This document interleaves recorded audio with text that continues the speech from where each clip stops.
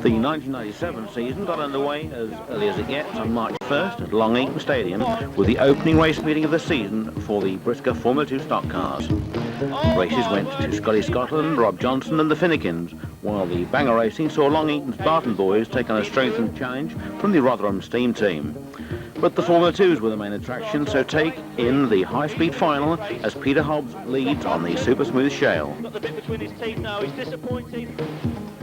Oh my word, did you see 451? He rammed the car then. In no uncertain terms, Ian Walker has crashed out.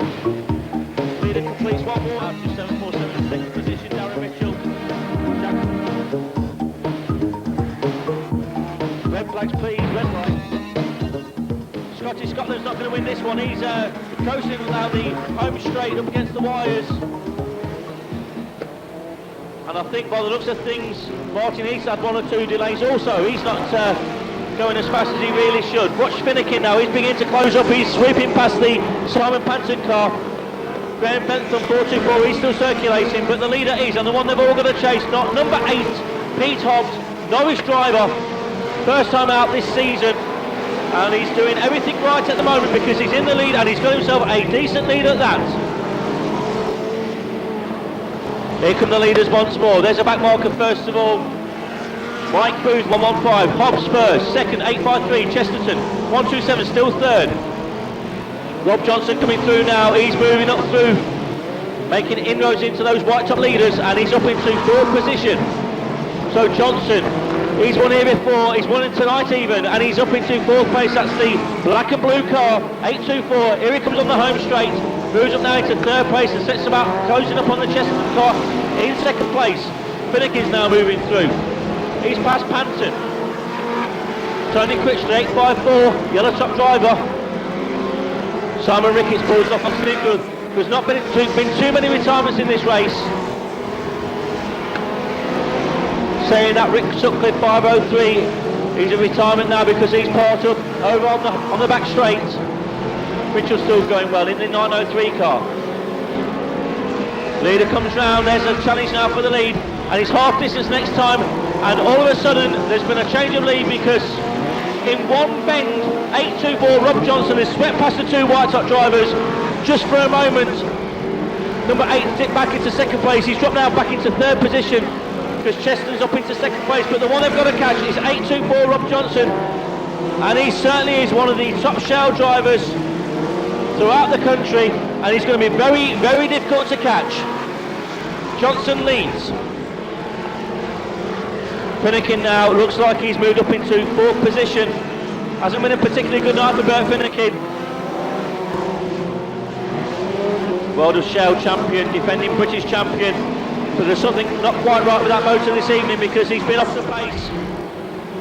Time and time again he's shown the very quickest way round Long Eaton. 824 out in front though, Johnson still out in the lead. Finnegan now moves in amongst the two white top drivers. His experience, even if the car's at fault, should be good enough to get him up a place, and indeed he has done so. He's moved up into second position. Panton now challenges the early leader Pete Hobbs. Panton trying to move into the top 5. I'm sure Johnson knows he's got this sewn up. He's easing off somewhat on and Mitchell. A slight twitch there for the Johnson car. I think he's decided to move those two back boxes out of the way, and it's 5 to go next time. 5 to go next time. Mitchell's been lapped once more by the lead car, Rob Johnson. Johnson now moves in on the Bentham car. Remember, Bentham is a back marker. The leader is Johnson. Johnson's gone. The leader has gone. Finnegan has been given the lead. Bert Finnegan off the pace all night, and all of a sudden he's been handed the lead with less than 5 laps to go. So Bert Finnegan 5.59, cannot believe his good fortune.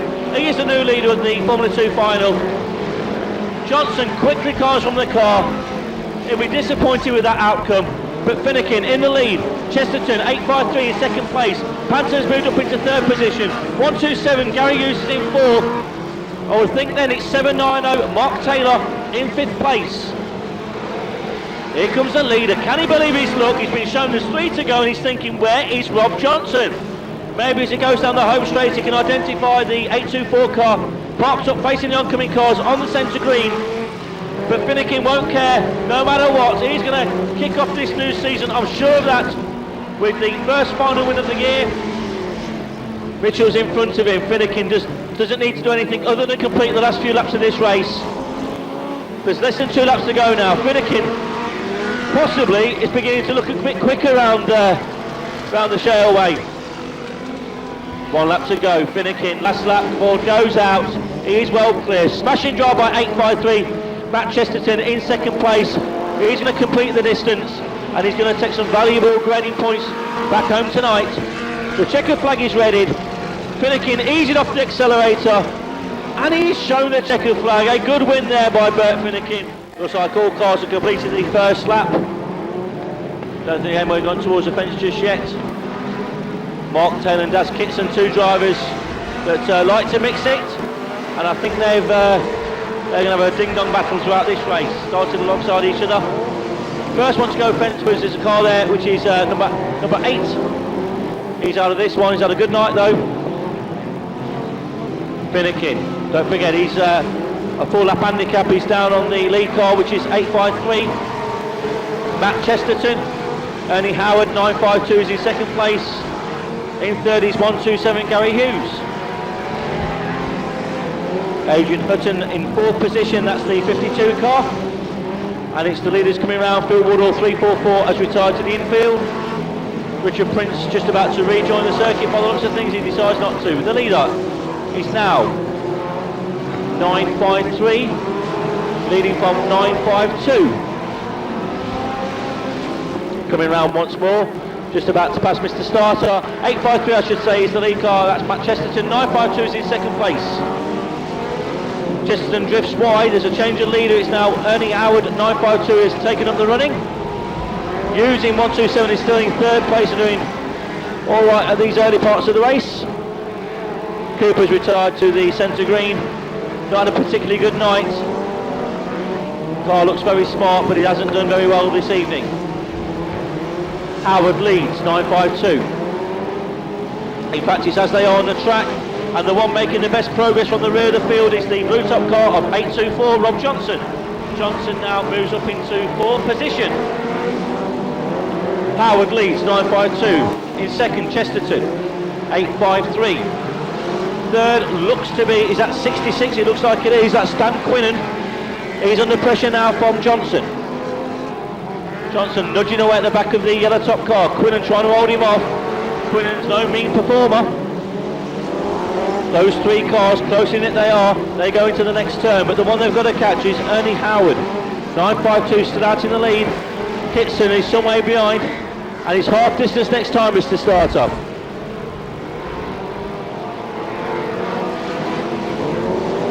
Let's have a look what else is going on. Taylor's towards the back of the field, goes very, very wide on that turn. Goes out, almost clips the fence with his rear tyre. Doesn't do so, and he's back on the racing line, trying to make up some ground. Still Quinnen and Johnson having a battle. Look at these two going round.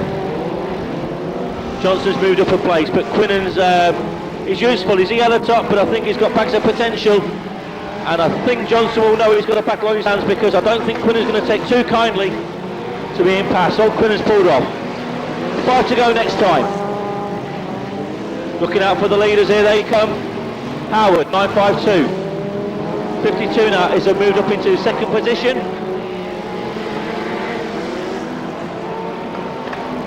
In fact, second place is not 52, he's a back marker. Here's the leader though. 9.52 leading. Kitson could well be up there also, so too could Roger Mitchell in the 903 car. Number 5 still going quite nicely. 8.53, losing a little bit of time. Getting scrappy towards the last part of this race. But one thing's for certain, it's 9.52 is your leader. Ernie Howard out in front.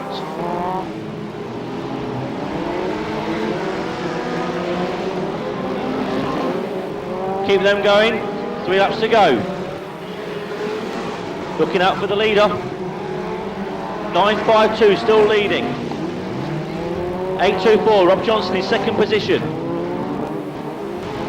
Number 5, 824, there's a change of position. 824 is your new leader. So confusion, but 824 is your new leader. He is shown there's 1 lap to go.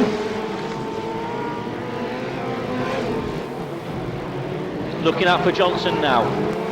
There he goes, bumper goes in on the Roger Mitchell 903 car. So 824 is your new leader. Blue top driver on the back straight, halfway down the back straight. All things changed in the last few laps of that race. But here he comes to see the checker flag. 824, Rob Johnson gets it right this time. No mistakes, doesn't spin out as he did in the final. 1 week on, the Formula One season began with Junior Wayman, the new 240-inch world champion, taking 3 out of 4 races at the Stoke Auto Speedway. Unfortunately for Frank, the one he didn't win was the final, where a flat back outside rear tyre handed victory to veteran Steve Booth. After opening meetings at Birmingham and Sheffield, Formula One returned to Long Eaton, where Frankie Wayman Jr. was once again robbed of victory by mechanical failure in Heat 2.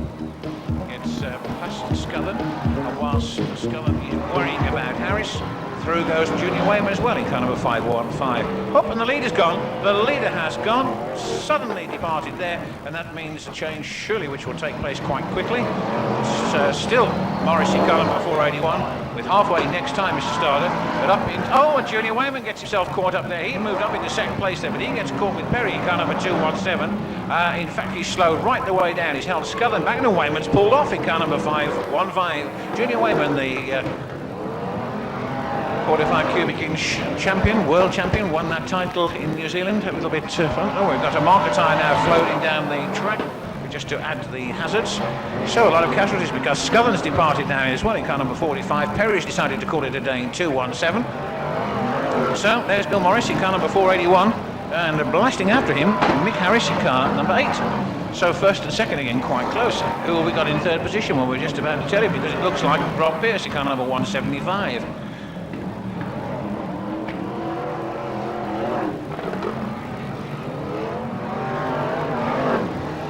Well, all credit to Harris. He's found a way through with 5 to go, and it's Mick Harris in car number 8 who moves past Bill Morris in 481.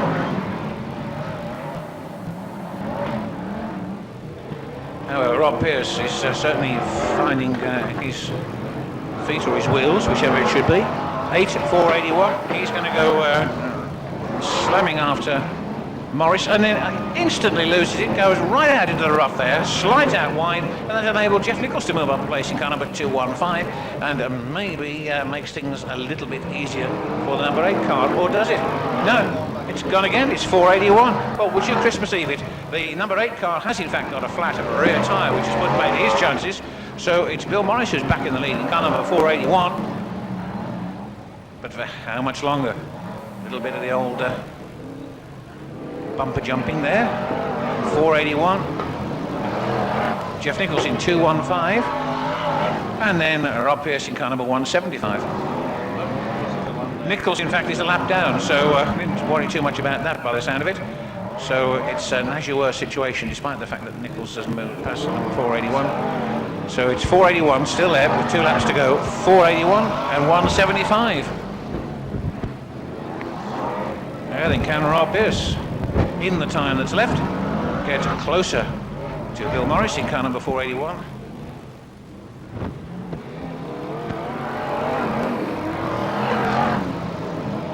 And they come again, 481 and 175. They're on the last lap, so if Rob Pearce is going to capture glory, then he's got to do it quickly. And he's in a position to do it. He's going to wind it up. Whoop, in it goes. And it looks as if Morris has been pushed out wide, right on the last bend. It's going to be a win for Rob Pearce, number 175. Followed by Bill Morris in car number 481. We'll wait a little while longer for the third place man to come through. The new New Zealand world champion got it back together only to be robbed again by mechanical failure in the final, handing victory to yet another favourite veteran driver. We joined that race after Heat 3 with Heat 1 winner Mick Harris in the lead and Martin Hall at the commentator. 3-3 back market car. Neil Scullen has got himself a problem over there on the back straight. He's clipped the yellow flags, please. We need to bring out the yellow flags. 2 laps completed. on the start-finish line. Chris Lloyd must fancy his chances of getting past Alan Scothern. Fairly early on in the restart. In fact, Scothern has moved wide for some unknown reason, so the leaders decide to pull over wide as they go down the back straight, even before the green flag went out again. So the new leader is now Chris Lloyd, 284. They'll be happy with the performance of that all-new car on its first meeting this season. More problems for Chris Broxop. He's spun himself out over there on turn number 1 and 2. So Lloyd in the lead, 284. Second is now Rob Pearce, and third is a third of the blue tops, Phil Wheelton, car number 6. Scothern has slipped back into 4th position, so soon be demoted from that particular place because Andy Turner is moving up, and so too is Rob Perry. Rob Perry has won many races here at Long Eaton last season when he made his appearance in Formula 1 stock cars. So Lloyd's got himself a bit of a lead, and Pearce was set about closing that gap as we move towards half distance with a few laps to go before half distance. Here they come round once more, and the leader has in fact gone. He looks like he caught himself a marker tyre. So the leader's spun out, and there's a change of positions, and Murray Harrison has swept through to take up the running. Not for the first time this evening, Harrison has been gifted a position, so he moves through into the lead. Rob Pearce still in second place, was unable to stop Harrison moving through, so it's 97 in the lead. Second is 175, third is 217. Paul Harrison now beginning to make some progress. Scothern drifts wide as he goes into the entry to the back straight. Lost one more place, Paul Harrison will thank him for that. So it's Harrison still in the lead, and it's half distance next time. They'll be showing the Union Jack next time around to signify half distance for race number 3, and Harrison, a veteran racer now despite his youthful experience, he's out in the lead, and I don't think he's going to make a mistake of this one. He's won far too much in the past. That marker tyre once more causes a problem for some of the lower place runners, but it's Harrison clear by quite some distance now from Rob Pearce, who has also got himself a useful gap between second and third position. Looking down the field, we're looking for the best scrap, and it looks to be Stephen Kayser, who was trying to hold off Alan Scothern, and Scothern sort of spun Kayser out there, and the two guys drive onto the infield trying to separate themselves. Broxop still going with a couple of these retirements. He's possibly now in the top 10. It's 5 to go next time for the lead car, which is still 97 Murray Harrison. Harrison leads it, keeps a nice tidy line as he comes into the home straight once more. He's been shown there's 5 laps to go for this race. Pearce still in second place. Kayser is a back marker, so third is Rob Perry, 217, and he's under pressure from Paul Harrison. A little nudge there from the Harrison car, trying to move Perry slightly wide to get through on the inside. Murray Harrison meanwhile is still in the lead. So we're looking for the best scrap on the track, and it would appear to be that battle for third position between Rob Perry, 217, and Paul Harrison, number 2. Harrison not known for his front bumper use too much, prefers sooner to drive around the cars, but Perry's quick enough to hold him off, I'm sure of that. Looks like Pearce has lost a bit of ground now on the lead car, and will soon be caught up by third and fourth place, possibly before the end of this race. The countdown boards are out now, signifying there's just a few laps remaining of this race. Harrison's well clear in the lead. Bumper goes in there from Paul Harrison on Rob Perry, and looks like Andy Turner's come through to take advantage of that bit of contact there between Harrison and Perry. They're on the last lap. Murray Harrison is out in front still. Rob Pearce is in second place and safe enough for points for that second position finish. Harrison and Perry still getting each other's way. It's going to be all or nothing for Paul Harrison as they go into the last bend. Bumper goes in there. Perry's gone wide. Harrison's caught himself a marker tyre. In the meantime, Murray Harrison has taken the checkered flag. So all sorts of problems there for Paul Harrison as he lined up Rob Perry going into the last bend. But Harrison caught a marker tyre. That'll do us, Mr. Starter. Red flags, please. Red lights. That is the end of Heat 3 for the Formula 1 stock cars. Goes down to the grand final, gets underway for the Briscoe Formula 1 stock cars. So it's Bill Morris in car number 481 and Alan Scullin in car number 45. They're going to lead the pack down the home straight, which they do.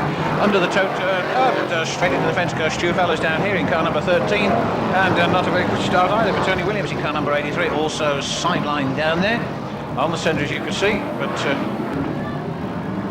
looking all okay. Out into the lead goes. And we've got wave yellows.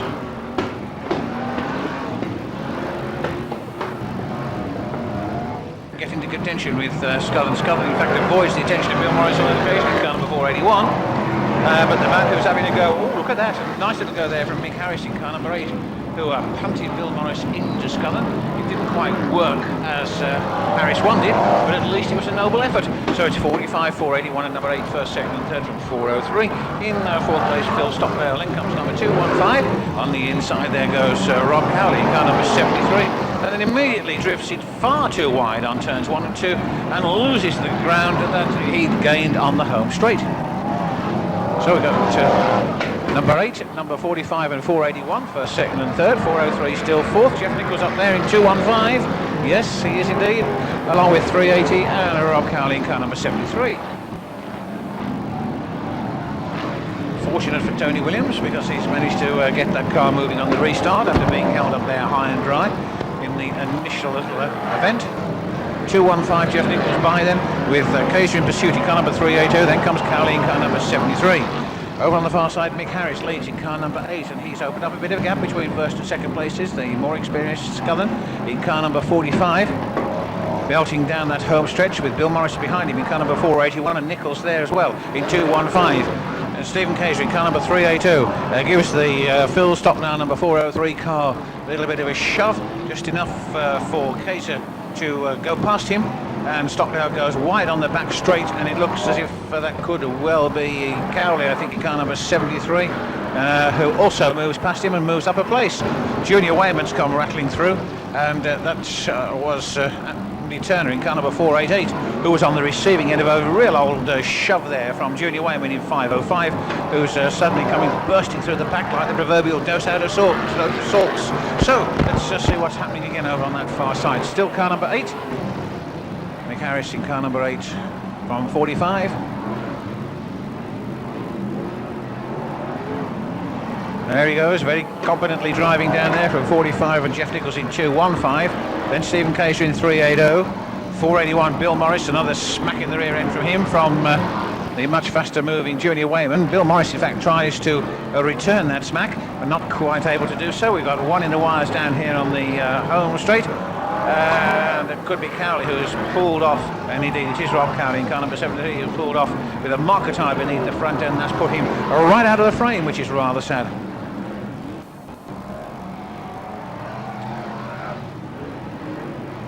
So, halfway next time, Mr. Starter, halfway next time. Stockdale gets moving in car number 403 after a short stay in the fence down on the home straight. He's certainly not going to go very far with a flat rear tyre. Through goes Broxop in car number 338. There's the leader again, still Harris in car number 8. Nichols up in that second place in 215. Junior Wayman third in car number 515. Scullin fourth in car number 45. That's how they are. Murray Harrison hoping that he can get a bit closer to the front before the checker flag goes out. We're into the second half. Mick Harris in car number 8 then still leads. Nichols is still second in 215. But Junior Wayman setting himself up and in a very good position surely at this stage to take this one. He's certainly got the time, but Harris is still going nicely.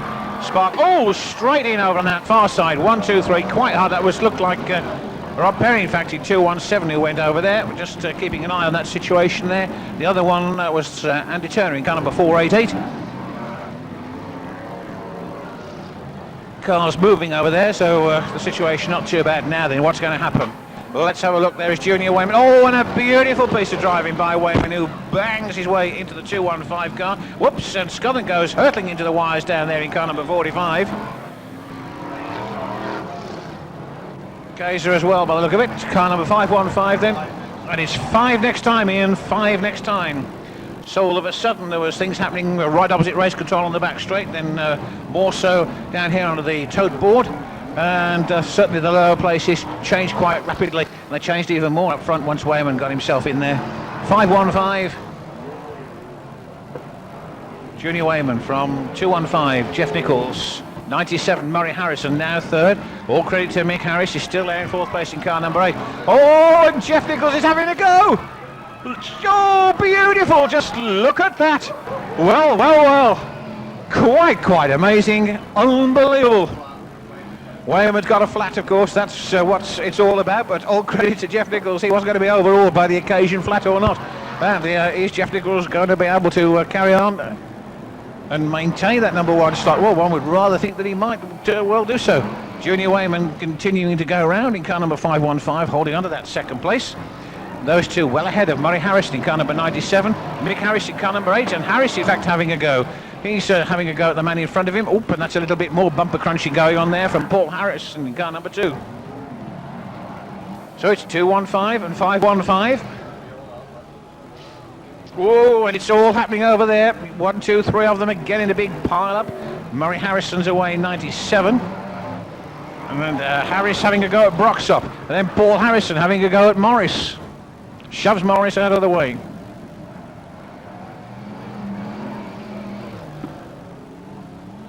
So Jeff Nichols down there in car number 2.15, and it's Jeff, by the look of it, who's about to record a final victory. It goes up and it goes down, and Nichols triumphantly waving from the cab drives car number 2.15 to victory. Junior Wayman second in car number 5.15.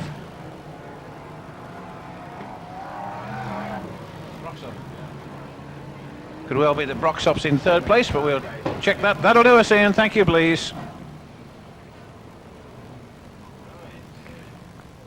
4.81, Bill Morris. So one. Jeff Nichols, car number 2.15. Tony Critchley and Mo Brown's out there. 5.46. Blue Tops competitors now. 9.03 Roger Mitchell. 8.24 Rob Johnson. 1.59 James. CA recording of March showcased yet more high-speed stock car racing on the Long Eaton Shale, where Bert Finnegan won heat in Grand National, Matt Chesterton won heat 2, ex-Formula 1 driver Jeff Coleman won the consolation, with the final going to 34 Scotty Scotland. At the end of the first month of stock car racing, Junior Wayman was the Formula 1 top point scorer with twice as many points as second place man Gaz Bott. While in the Formula 2 grading list, Bert Finnegan was mounting a serious points championship challenge and going into April was more or less equal with Rob Speak. Other notable features of the grading list were top scores by Formula 1 drivers Mick Harris and Bill Morris, who, along with opening final winner Steve Booth, were en route for red tops at the May regrading. 2.42 just gets the decision. My word, there's a bit of contact there.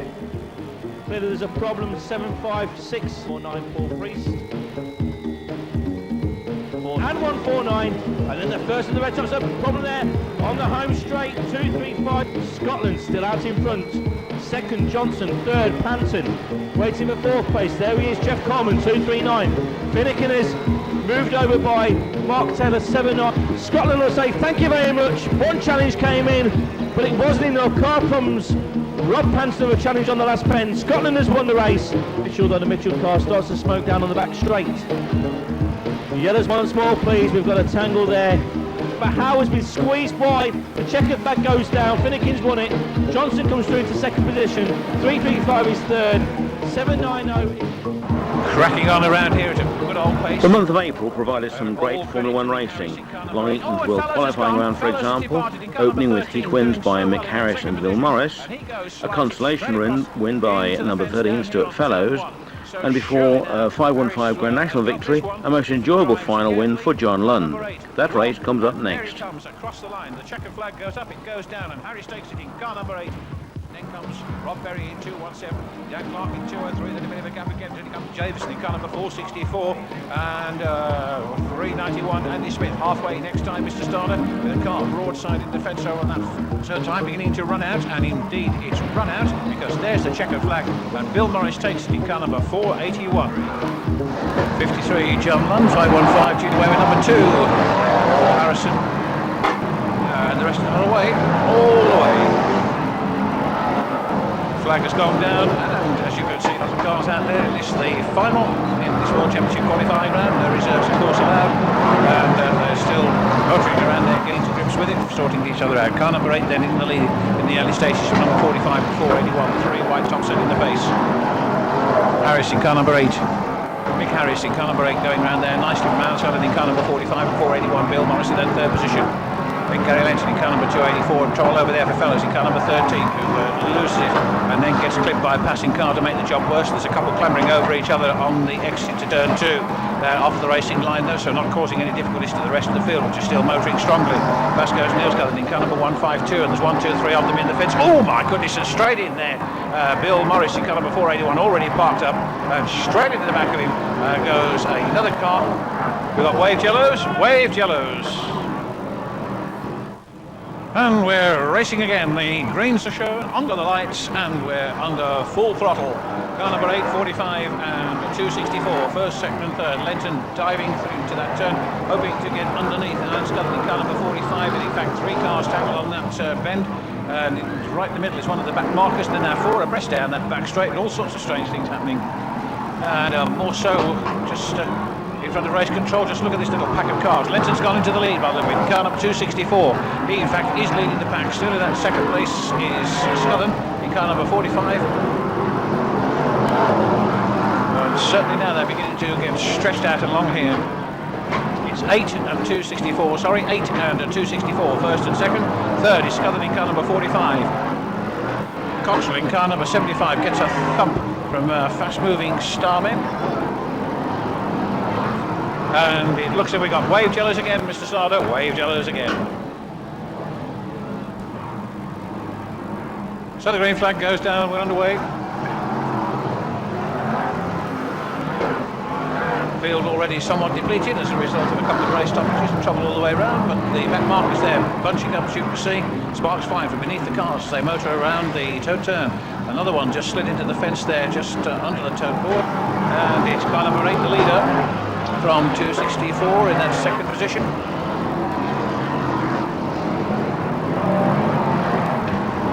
He's not up there. So around come the leaders again. Number 8, 264. Oh, and John Lund, so looks as if he was having a go then at the rear end of the Gareth Butt car, and indeed, oh, and Butt's gone. Out goes Butt over on the far side in car number 41, along with the number 8 cars. So who's going to be in the lead as they come round again? We just need to check that, but it could well be. And indeed it is John Lund in car number 53 from 33, Peter Faulding in second place, Jamie Davidson third in 464, then number 2 Paul Harrison. So it was all changed last time round as things really did happen as they exited from turn 2. So John Lund then in car number 53, and it's halfway next time, Ian, please. So the halfway stage, John Lund in car number 53 finds himself in the number 1 slot with Peter Faulding just behind him in car number 33, and then Jamie Davison in 464. First, second and third, a little way behind in 4th place. Paul Harrison in car number 2. Round the back marker goes the world champion John Lund in number 53. Puts that 481 car of Bill Morris between him and the man challenging him in that second position. Peter Faulding in 33, unable to get past Morris at that stage, and through again comes Lund in car number 53, holding on to it nicely as he moves up against 1 or 2 more back markers. Not slowing him down at all. Bill Morris goes wide in car number 481, and that's enabled Peter Faulding to get through in car number 33, and he now goes chasing down the back straight after John Lund, the leader, in car number 53. Lund being held back by Bott in car number 41, gives him a little nudge there, but doesn't move him aside. Maybe he will next time, but once again, are they going to get close enough to the bumpers to go in? They do, as Bott once more shuts the door on Lund and doesn't enable him to get through, and this could be the opportunity for Peter Faulding to slowly but surely make up a little bit of ground in that second position in car number 33. Out of turn 4 and down the home straight, it's still John Lund in car number 53 from Peter Faulding in car number 33. Then a gap until he comes to Jamie Davis in 464, and then another gap until he comes to the 4th place man number 2. That's the situation round there. Matt Bennett going nicely, and he's certainly got to be amidst the places in car number 413. Junior Wayman making up ground in 515, which he lost earlier on, and Bott in that back marker position. It's 5 next time, Mr. Starter. So with 5 laps to go, it's still John Lund in car number 53. He's certainly not giving anything away. Faulding those still not too far behind, one about 2, maybe 3 car lengths behind, perhaps hoping that Faulding might make a mistake, or is Peter playing his waiting game, and we're going to leave it for a last lap or two lunge, because he knows, as well as everyone else, that if you make an attack on John Lund, you've got to do the job properly, otherwise the compliment is returned not twice but off threefold. So it's John Lund in car number 53, still being bumped by back marker in the shape of Gareth Cotton, car number 41. Still in that second place is Peter Faulding in car number 33, and then you've got a big gap now to Dr. Jamie Davison. Still in that third place in car number 464. The three-lap board goes out. Lund and Peter Faulding, first and second. Is Lund going to manage this one? Well, he's certainly in a very good position at this stage in the proceedings to do so. Down the back straight he goes again. Around the pit bend turn, no problems for John Lund in car number 53. Faulding still in that second place, and the gap not narrowed at all between first and second positions. Two-lap board goes out, and it's still Lund and Faulding in first and second places there, about a quarter of a lap in front of the man in third place, Jamie Davis in car number 464. Then comes Paul Harrison in car number 2. And is Bill Morris still up there in 481? Well, we'll just check that. It's doubtful if he is, but certainly Matt Bennett is in car number 413. And it looks as if he's certainly going to get himself a place. So it looks as if Mr. Starter is getting that checkered flag ready, and this could well be a final victory for John Lund, the world champion in car number 53, which indeed it is. Across the line he goes, followed by Peter Faulding in second place in car number 33, still waiting for the man in third position to come through. There he is, Jamie Davison in 464, and Paul Harrison in car number 2. Bit of a gap, could be Matthew Bennett in car number 413, followed by Junior Wayman in 515. Keep it going, please. Over the previous closed season, the growth of Speedway had seen Skegness resurface with shale. SCA's first visit to Briscoe's new shaleway was on May 24th for the 1997 UK Speed Weekend, and we joined the spectacular qualifying Heats 2 with Chris Jones on the microphone.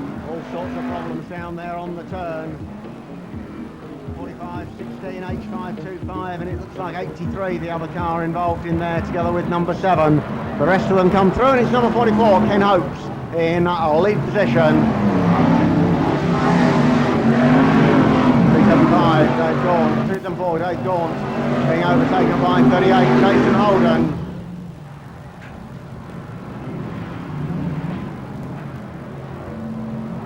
So 44, 38, 464, Jamie Davidson moving through very rapidly. Ahead of 250, Keith Chambers.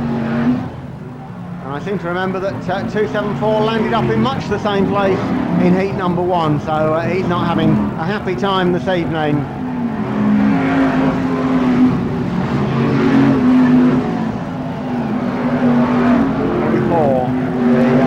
The race leader, Ken Hopes, comes through once again with 38, 464, 250, 175, 283 and 391, the race order. 464, Jamie Davidson trying to find an inside line on the 38 car. The leader finds a rather stationary number 45 car, and that means Ken Hopes loses his lead. 38, Jason Holden, your new race leader, going down the back straight, the pink car. 464, James Davidson in second position with 250. Third place, Keith Chambers. Number 2, Paul Harrison in fourth position. And 464, James Davidson smashes into the back end of 38 and moves up into the lead. It'll be halfway next time. 250 gets involved, 515 left facing the wrong direction, and all of a sudden this race explodes into action. 41, Gareth Bott comes to grief.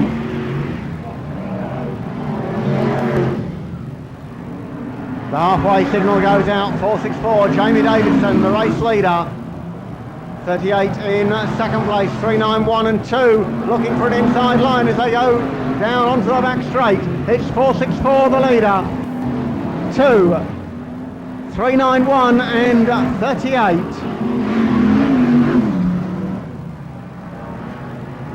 And 464, Jamie Davidson really has smashed his way through to the front in this second heat for the Formula 1 stock cars. He comes through once again. And it's 5 laps to go. Next time, Helen, 5 to go. 464 the leader, 391 Andy Smith goes second. Number 2, Paul Harrison in third. At 38, Jason Holden holding on to fourth position. 264, Gary Lenton in fifth place.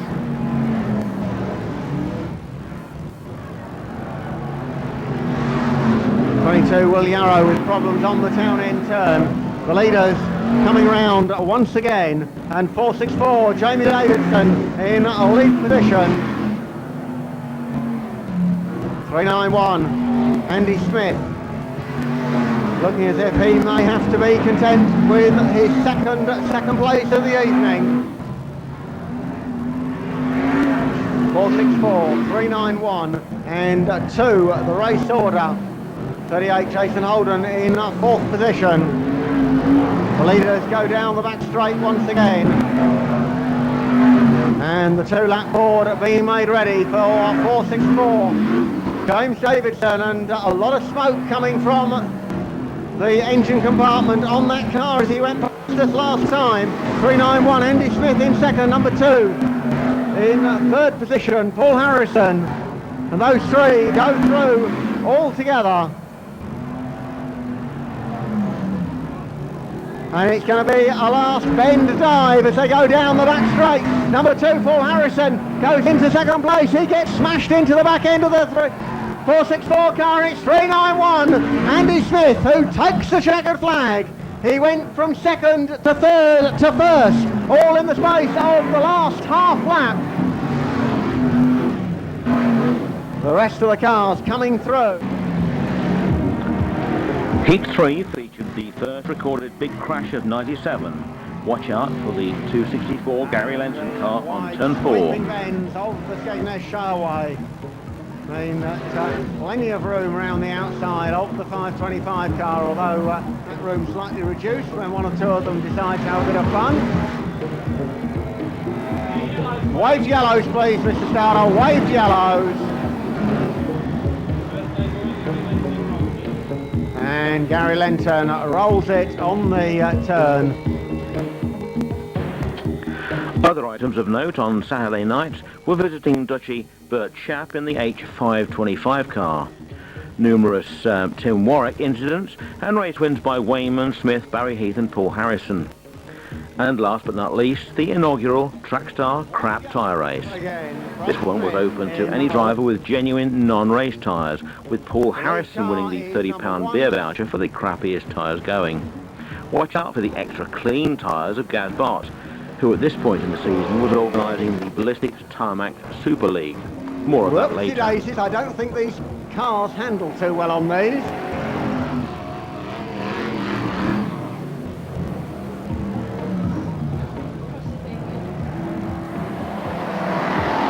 So then, we look for the race leader going onto the far side. Number 40, Steve Smith, in a lead position. And 215 trying to take out a tyre marker, takes himself out instead. So well done to Jeff Nichols, gets back in the swing of things.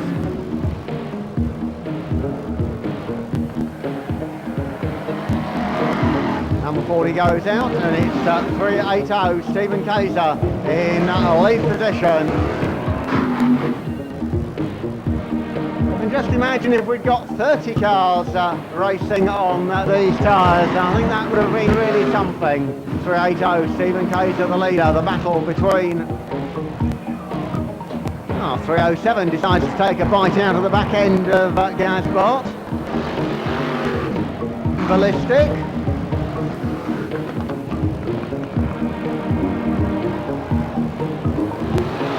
380 Steve Kaiser takes the 4 lap to go board, secure in third place.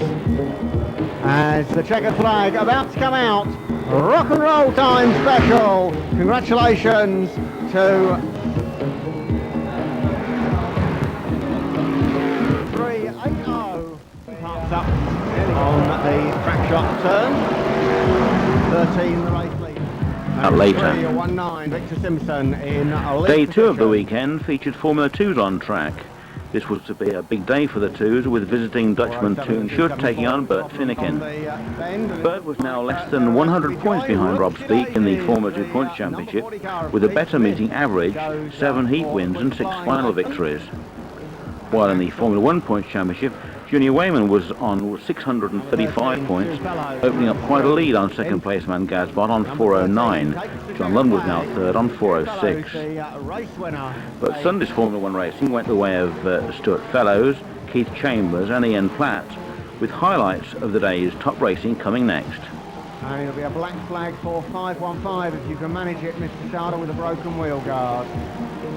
But I don't think he can remove him. And it's 55. Stuart Finnegan, who takes the checker flag. Second place driver Charlie Stubbs in 196.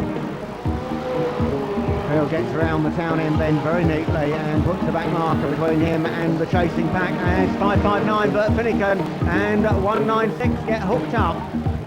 And trouble over there as 159 gets taken out. 871 Mark Simpson manages to, with just over a lap to go. And 871 Mark Simpson said, "Move over, Mark, I'm coming through." 414 in second place.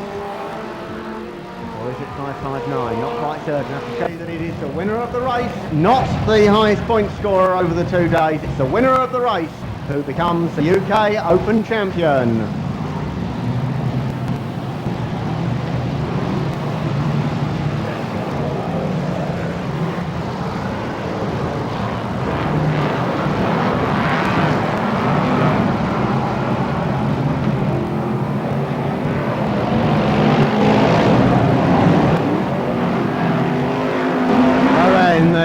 Awesome sight of a big grid of Briscoe Formula 1 stock cars. Thunders past the starting marshal's rostrum. And we nearly got a rollover then. Had 3 rollovers last night. We nearly got one then. Dave Johnson and Rob Pearce sorting themselves out. Stu Fellows retires from this one. I think 380. Stephen Gager with 38. Jason Holden in second position.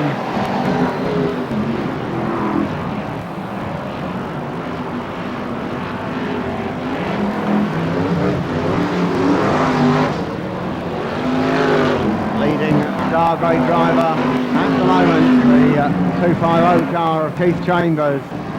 380, Stephen Taser still leads. 38 in second place, 383 a back marker. 203 Dan Clark with 250 Keith Chambers. 391 Andy Smith has moved through very rapidly as well. 515 and 343 Barry Heath and Frankie Wayman Jr. tangle on the track shop turn. They get going again.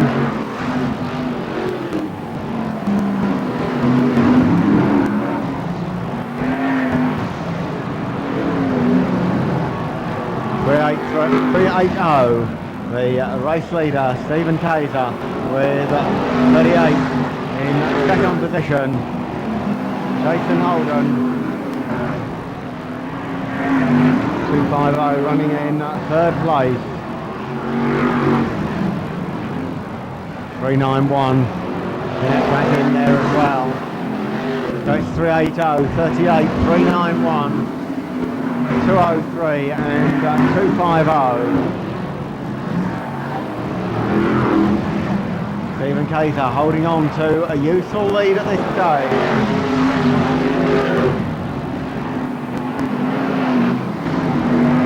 391. Andy Smith now moves up to second position ahead of the 38 car of Jason Holden. Holden gets pushed wide by Barry Heath, but Heath is a lap down. And it's halfway next time, Mr. Starter. Halfway next time. 380, Stephen Taser, the race leader. One back marker ahead of him. A back marker between him and second place driver, 391, Andy Smith.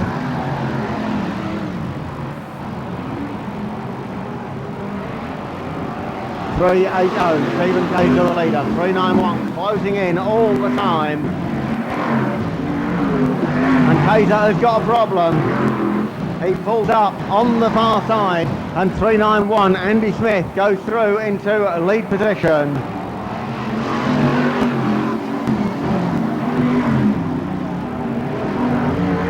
.391, the race leader. 250 Keith Chambers in second position. 203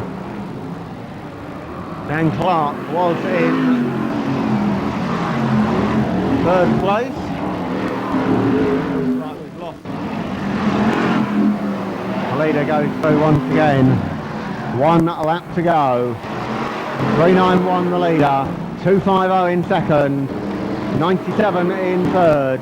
41 and then 464. And it's coming around the final turn. 391 Andy Smith takes the checkered flag.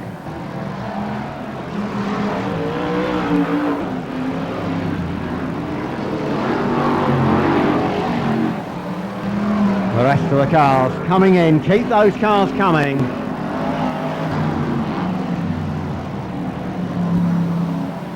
The circuit at the moment, a great big black line down each of the... That is not tarmac, I hasten to add. That is the rubber. Can we get the 391 car off the racing line across the top of the Shaleway? 1997 UK Open Champion. Toon Shoot is closing the gap on the 240 car, and Shoot goes in hard onto the track shop turn. Derek Coleman tries to fight his way back, but it's Toon Shoot who moves through. 30, Toon Shoot in a lead position.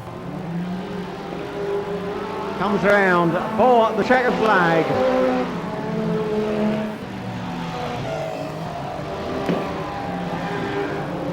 The rest of the cars coming through. The last one, a 1300 saloon stock heat 2 next up, then the Formula 2 final, and the first 10 from each heat.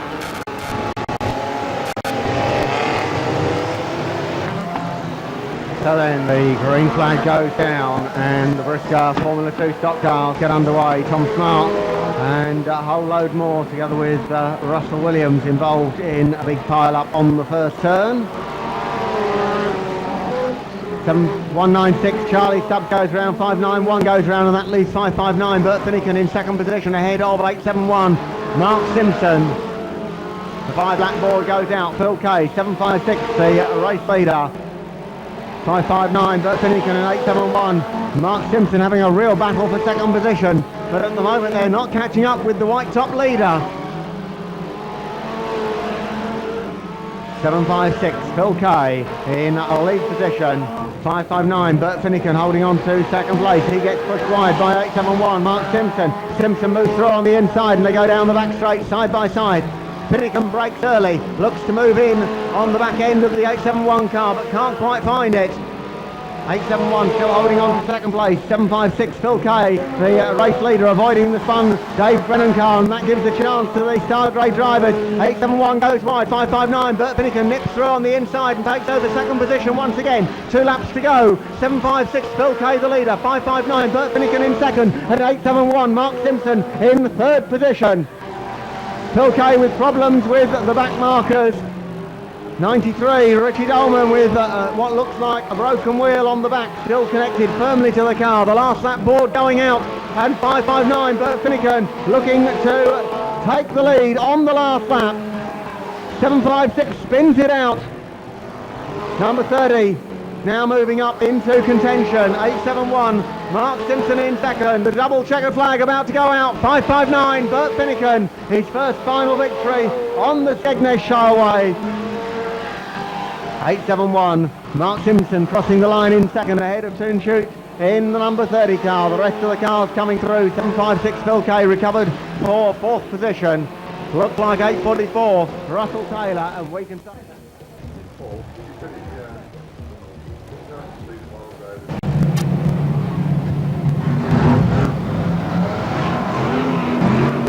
the green flag goes down. We go racing. Briscoe Formula 1 stock cars, and the Star Grey drivers getting in a right mess down there right at the start.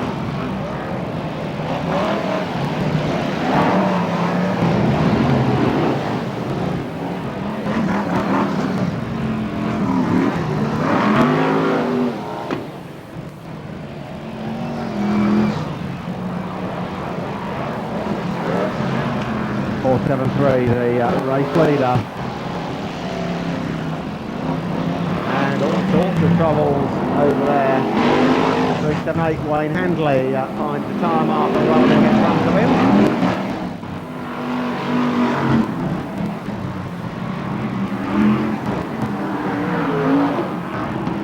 As they come off the town end bend, 2.50, Keith Chambers goes into a lead position. Number 6, Phil Wilton in second place. They go through once again, 4.88, Andy Turner in third. Ahead, okay, Masters final, going to go to 2.50, Keith Chambers. The Star Grade drivers dominating this Docks Line Grand National race as 5.59, Bert Finnegan hits the front.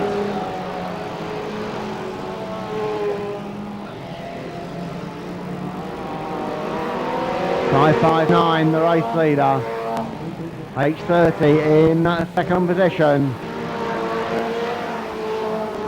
And 2.09, Nigel Wilson goes out in a cloud of steam. Which way do the leaders go? Whoopsie-daisy. One. So can the former Formula 1 world champion and the reigning Formula 2 British champion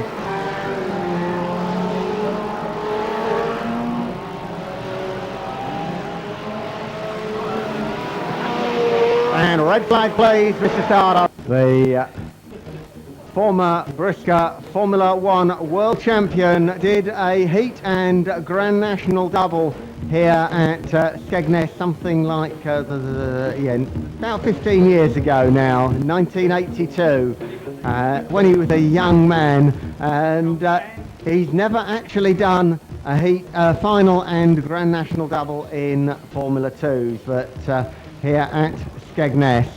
So congratulations, 5.59, Bert Finnegan. Green flag goes down, and for the final time today, the Brisker Formula 1 stock car set off on their way. 16 racing laps, number 6, Phil Wilton, the race leader.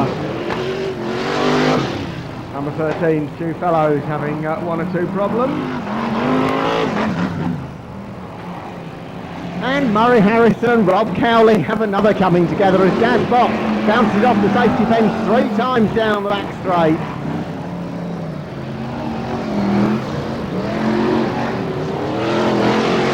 Number 6, Phil Wilton, the race leader.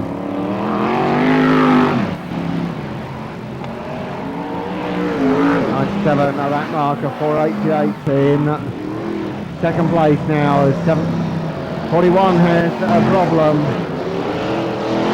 and 4.88 Andy Turner now has an even bigger problem.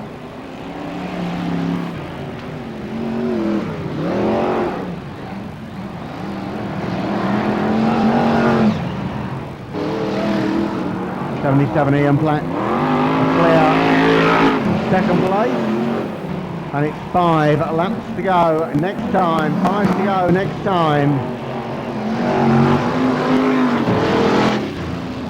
Number 6, Phil Wilton, getting involved with the back marking 41 Gareth Bott car. He gets up there. 77, Ian Platt is closing the gap on the number 6 car. 5.15, Junior Wayman in third, 2.50, Keith Chambers in fourth. And this race all about those 4 drivers. Number 6, Phil Wilton, the race leader with 2 Star Grade drivers ahead of him, back markers. And 77, Ian Platt rapidly closing up. 5.15, Junior Wayman is closing on Platt. And 2.50, Keith Chambers going well in 4th position. Number 6, Phil Wilton, the race leader. 2 laps to go for the leader as he goes through. 77 Ian Platt now has 2 back markers between him and race leader number 6. And 77 Ian Platt is now right right on the tail of the number 6 car. Phil Wheelton has had back marker problems throughout the last 5 laps, and he hasn't made the front bumper pay at all. And Platts takes him out, and it's going to be 77 here, and Platts who crosses the line in first, just ahead of 250 Keith Chambers. And my goodness me, we nearly had a final and Grand National double in both Formula 1 and Formula 2 classes this afternoon. A dramatic end to the Formula 1 Grand Final. Red flag, please. The other tractor drivers doesn't like that idea. Boy, that's my tractor. I normally drive that one. Come on then, a nice big round of applause, please, for number 77, tractor driver Ian Platt.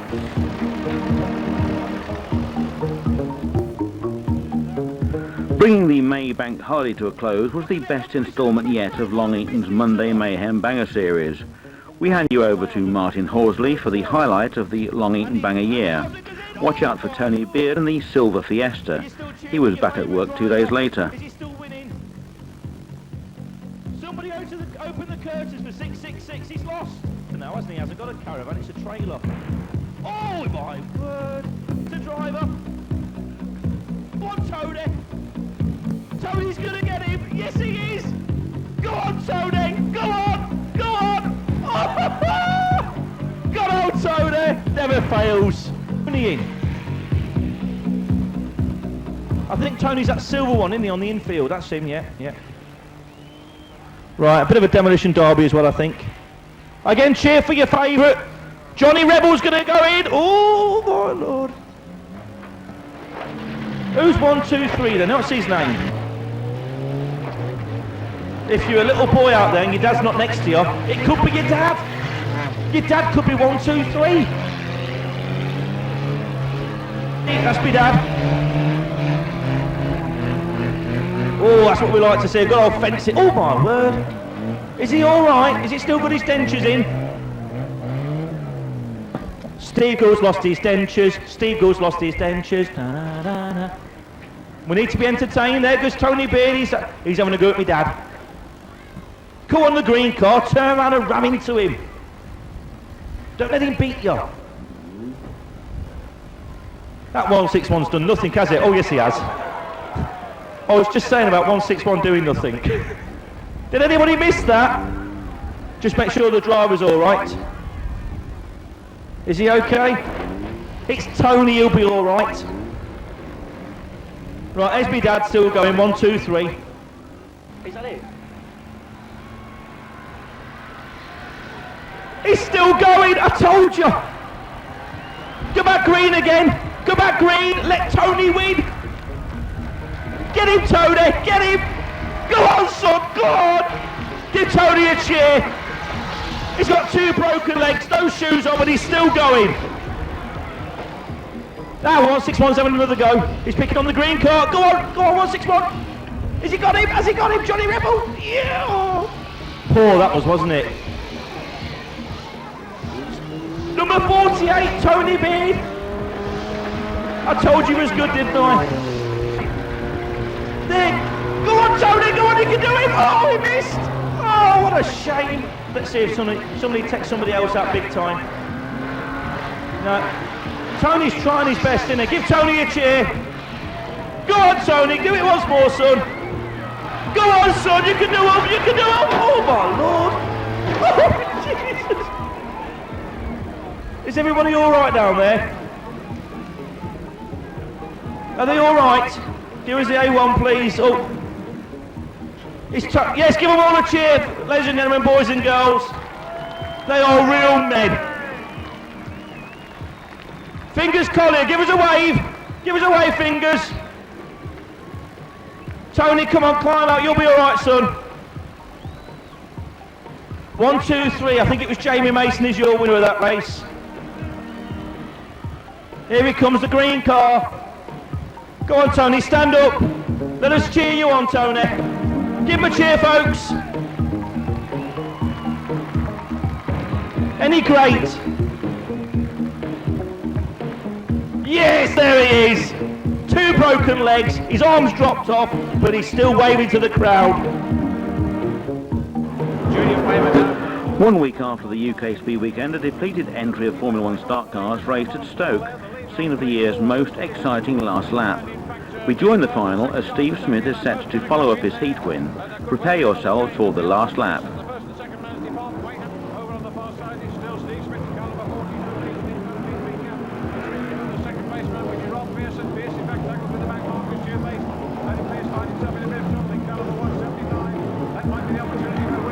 Closer before the checker goes down. He can't race the three. Not on this occasion, though.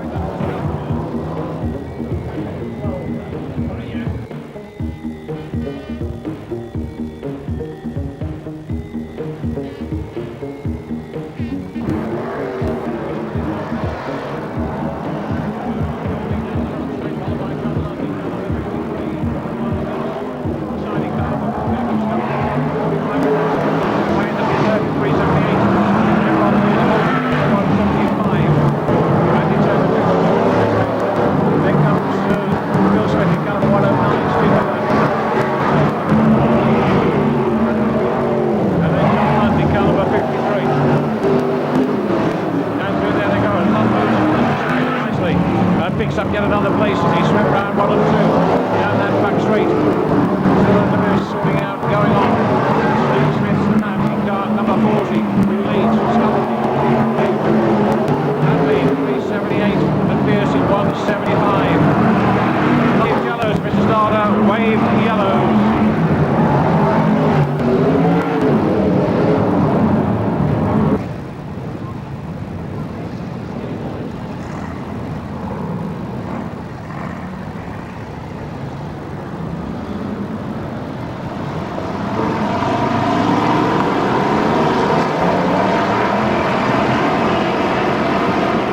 Flag goes down again. We're underway over the remaining distance.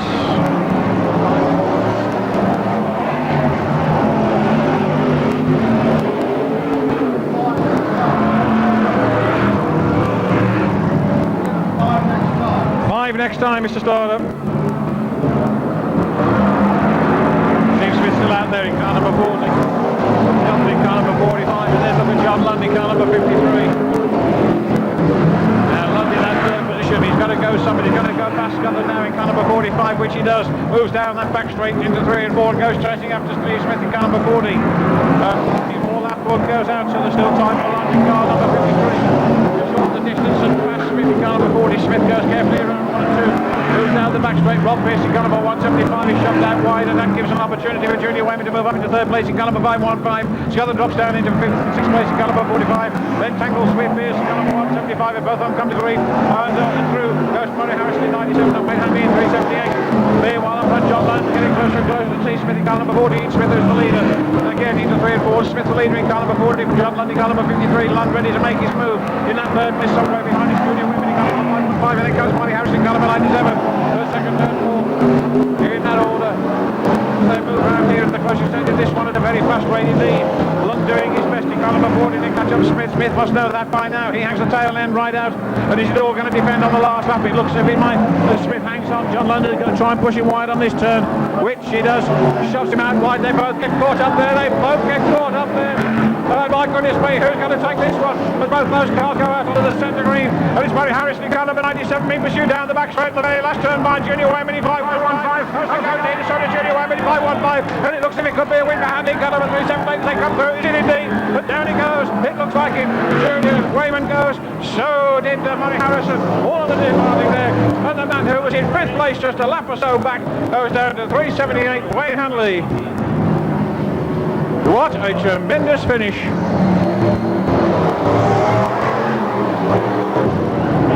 Lewis, Reds, Mr. Starter.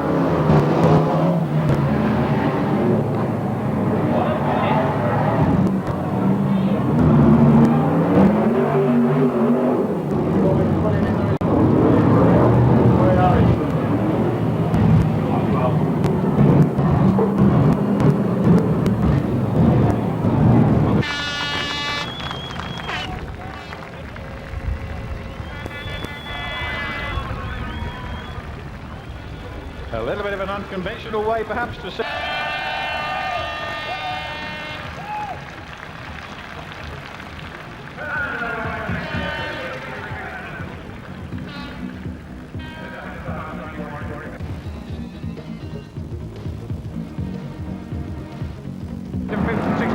145. Then Tangle Swift is car number 175 and both of them come to grief. And through goes to Dank, gives an opportunity with Junior Wayman to move up into third place in car number 515. Sheldon drops down into fifth and sixth place in car number 45. Then Tangle Swift is car number 175 and both of them come to grief. And it's all going to defend on the last lap. It looks as if it might. Smith hangs on. John London's going to try and push him wide on this turn, which he does. Shots him out wide. They both get caught up there. They both get caught up there. And my goodness me, who's going to take this one? As both those cars go out onto the centre green. And it's very Harrison, car number 97, being pursued down the back straight. The very last turn by Junior Wayman in 515. Elsie goes in, so does Junior Wayman in 515. And it looks as if it could be with the handling. Car number 3 template as they come through. Is it indeed? And on the last lap, it looks as if it might. The Smith hangs on. John London's going to try and push him one. And my goodness me, who's going to take this one? As both those cars go out onto the centre green. And it's very Harrison, car number 97, being pursued down the back straight. The very last turn by Junior Wayman in 515. Elsie goes in, so does Junior Wayman in 515. And it looks as if it could be a win for handling. Car number 3 template as they come through. Is it indeed? But down he goes. It looks like it. Junior Wayman goes. So did Murray Harrison.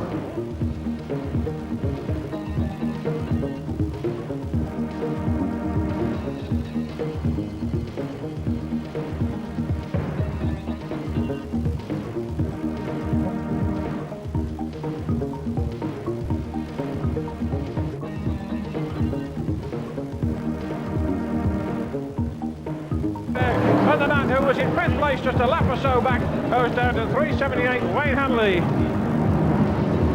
What a tremendous finish.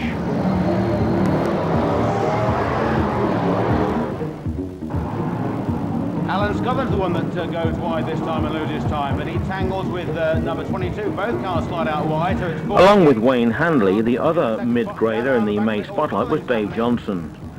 And after a run-in with officials at the May Long Eaton meeting, watch out for that controversy as we present highlights of the night's best racing. Alan Scotland spins wide, hits the fence. 40, Steve Smith with a comfortable lead. So at this rate, it'll be Junior Wayman spin. So the 515 car there is in trouble. Steve Smith was racing here at Christmas and won 2 of the 4 races that we had on the programme. So he certainly is happy with that car around Long Eaton. The car we think is a former, certainly a Peter Folding chassis, which Steve has bought previously in the hands of Will Yarrow, we think. So Steve Smith in the lead position, Junior Wayman beginning to close with the second half of the race, but at this rate at least Wayman should have enough time to close that gap.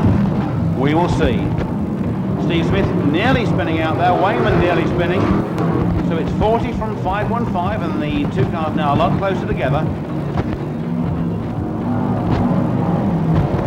40 first, 515 second, and the 2 cars there getting very, very close.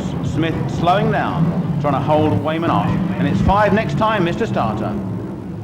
515 now in the lead. Junior Wayman the lead car. Cars tangling there on the Nottingham Road bend, but there is a clear path to go. Lots of cars retired from this one, but it's 515 now, your lead car from 40 in second place, and 488 Andy Turner in third. Gareth Bott must be a lap down, and in third place, number 488. So Junior Wayman takes the check in the lead position,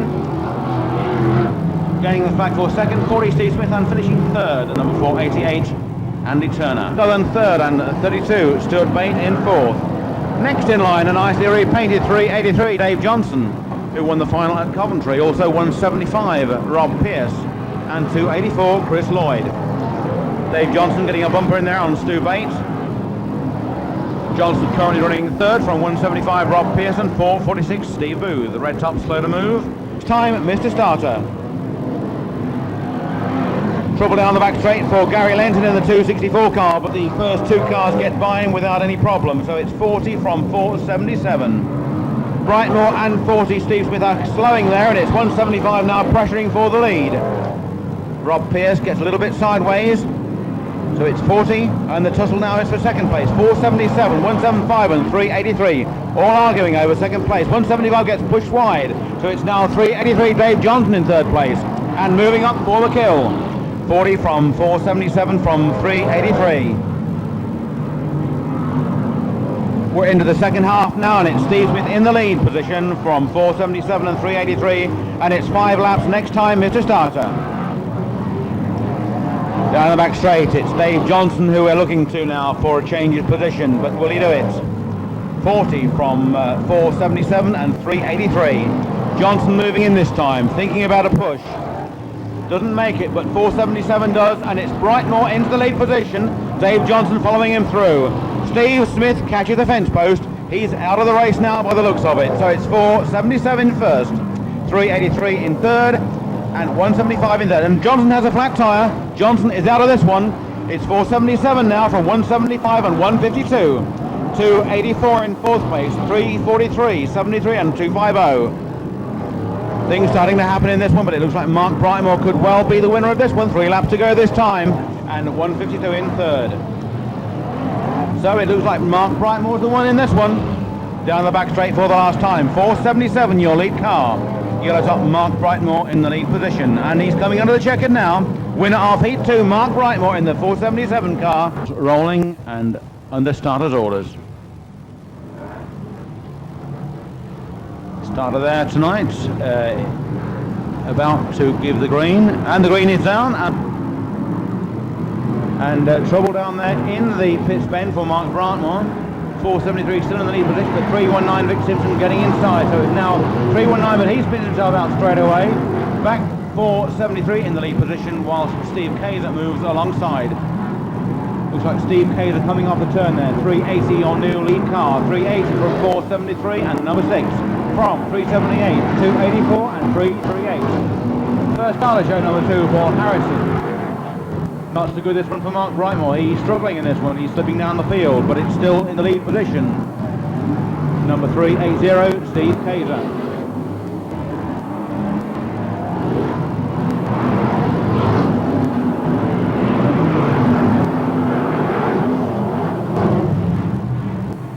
And Johnson both posing on the lead car. We've got a rollover. We have a rollover. Yellow flags, please. The steward says go red, call a stop to the race. So we will take the results as they stand on that last lap. That must be Doug Brasher there on his roof in the pits turn right next to the pits gate.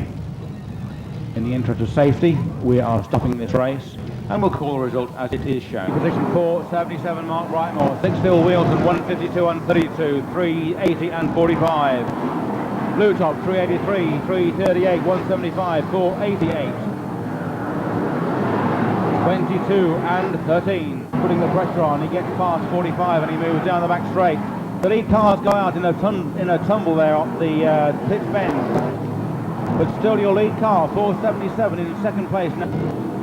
22 in third, 343 in fourth, 250 in fifth, and 515 in sixth.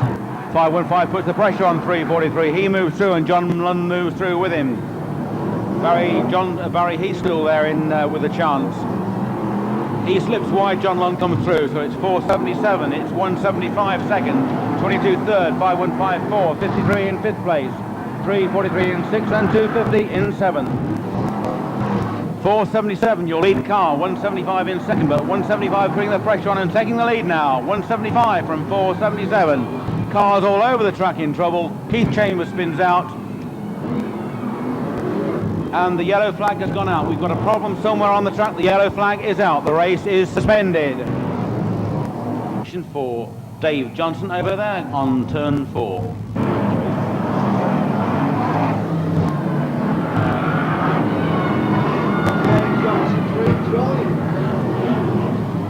Well, this is amazing. Dave Johnson has rejoined the race. Black flag for 383, please, next time round. 175 your lead car. Halfway next time, Mr. Starter. 175 your lead car, getting a very sizable lead there for 477, and in third place, we're not even sure. 343 now up to third. 53 John Lund in fourth. Problem down there on the start finish straight. Mark Brightmore in trouble. Spun out, Steve Kayser. Steve Kayser back on track almost straight away, but Mark Brightmore in obvious trouble. Junior Wayman also taking a lap out, back on track. 175 your lead car in second place, 22 in third, 343 and in fourth. John Lund in 53. Lund having trouble there, but going wide on the track, all trying to avoid a stationary tyre in the middle of the bend there. 5 next time for 175 Mr. Starter. 5 next time. Into the second spot. 175 your lead car. Second is 53 John Lund. In third place, 22, Will Yarrow. No, it's not. It's 3:43, Barry Heath on the start finish straight. Yarrow now down to fourth place from Paul Harrison, 41, Gareth Fox, and 73, Rob Cowley. So he's on his last lap. He's under the checkered flag, and he's on a flat tyre. There's a stroke of luck for Rob Pearce. Finishes in the lead position on a flat tyre. 175, your winner. In second place, over the line, 53, John Lund. In third, 3:43, Barry Heath, and 4:22, Will Yarrow. Fifth, it looks like 2, Paul Harrison. And then 41, Gareth Watt, but they're only our observations. Keep the cards going with number 175 from Huncote in Leicestershire, Rob Pearce. Blue Tops 488, 446, 22, 383, 3, 38, 13. 383 will not feature in the results. 2, 343, 250, 264, 215, 515, 53 and 41. The race is underway. 175 leading him off.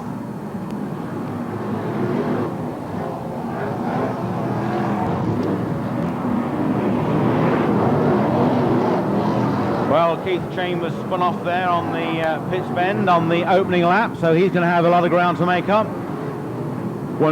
So Steve Kaiser goes by in the lead position, and in second place coming by us now is 477, 22, 2, 515, 488 and 215. Next is 53, 3, 43, 41 and 13. And we've got problems over there on the pits bend, cars climbing over each other. Jeff Nichols, number 2, Paul Harrison, 488 amongst those involved. But still, your lead car going down the back straight, 380, Steve Kaiser. And currently he's running in second place in this one. Just remember, folks, that the 383 car is not up there in a position, but he is not being featured in this result at all for not attending a request to see the steward. In second place, 515, Junior Wayman. No, he's gone. In second place now, 53, John Lund. In third, 515, Junior Wayman. And in fourth, 41, Gareth Bott, we think, is being pressured by number 383, Dave Johnson. We just hope that he lets Johnson by, because Johnson does not feature in this result at all. Sensible move there by Steve Kaiser. The lead car is still 380. Steve Kaiser. In second place, 53, John Lund, and in third, 515, Junior Wayman. Kaiser is in trouble over there on the back straight. Lund moves up and moves inside the Kaiser car, so it now looks as if Lund is going to lead on the last bend. Lund comes under the checkered flag, and Lund is the winner. In second place, 515, Junior Wayman. And in third place, it looks like 380, Steve Kaiser. Kaiser has a flat tyre, he's out of the race, but finished in a place. Mr. Johnson will not feature in the results. The winner of that race, 53, John Lund.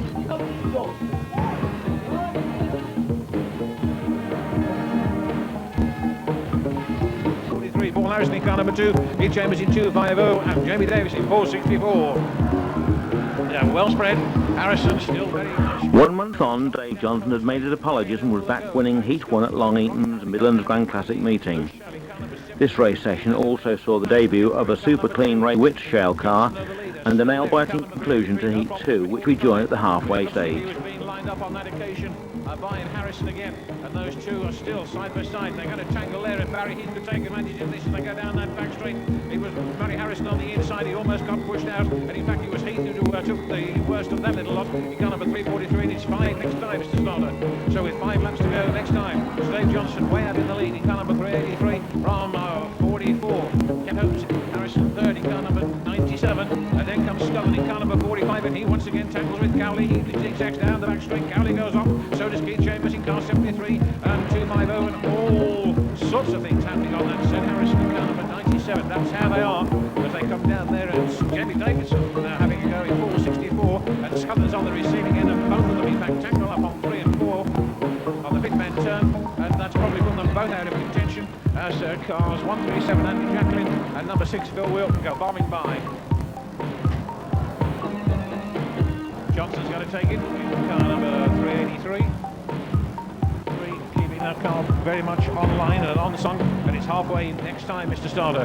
So as we move into the second half of this event, it's still Williams in car number 83 from Andrew Turner in car number 488. Turner doing his best to narrow the distance between first and second places, but he's not yet succeeded. Still keeping it tight around 3 and 4. Williams still there in car number 83 from Turner in car number 488. Then a bit of a gap until he comes to Clark in car number 203, followed by Junior Wayman in 515. Then another gap, and it's Newson in car number 16, followed by Kaiser in car number 382, Witz in 180, and Smith Andrew in car number 381.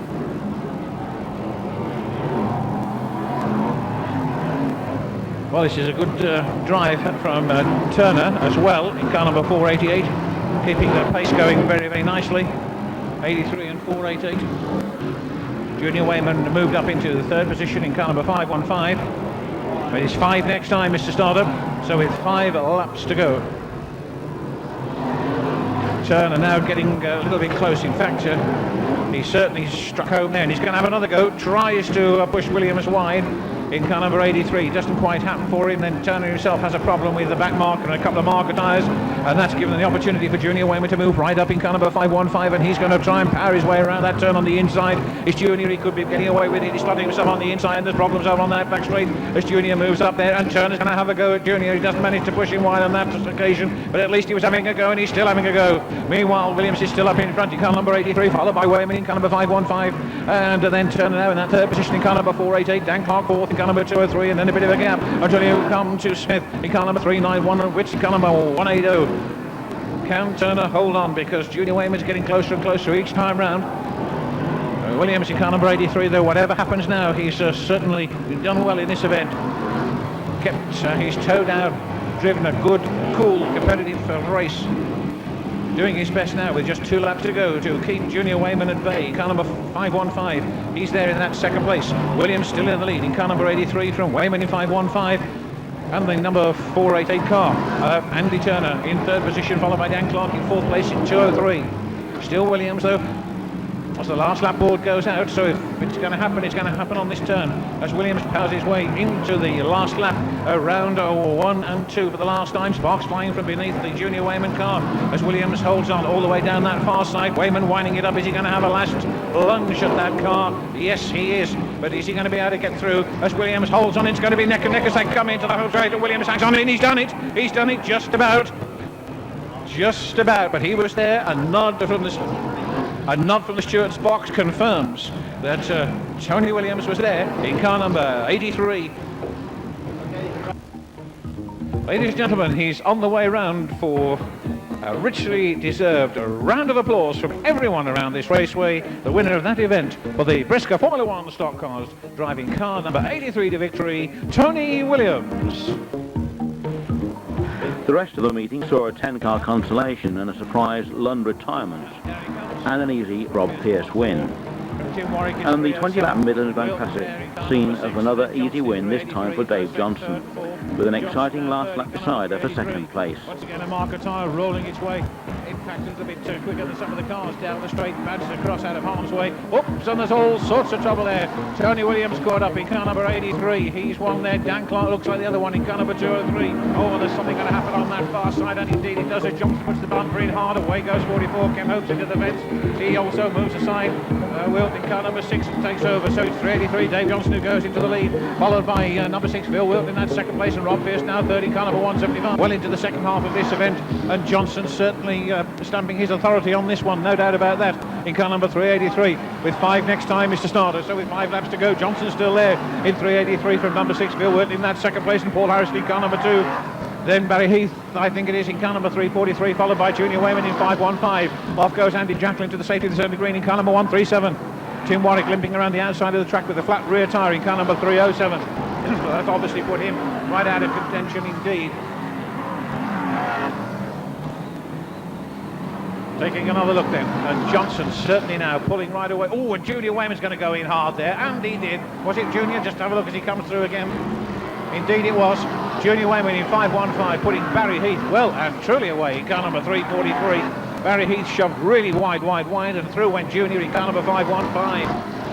So will there be any changes up front before that checkered goes down? Well, if there's going to be, it's going to happen quickly. Dave Johnson in car number 383, still in that second place is Wilt in car number 6, but he gets a clout in the rear end from Paul Harrison in car number 2. Tries to send him wide, does Paul, but it doesn't quite work.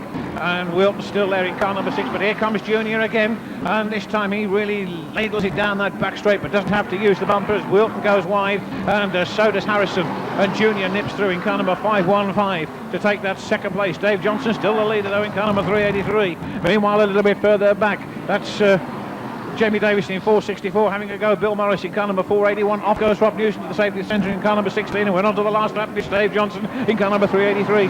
Obviously having no problems at all, but a little bit further down, Junior Wayman in car number 515. He's not been able to get too far away from the attention of Paul Harrison in car number 2.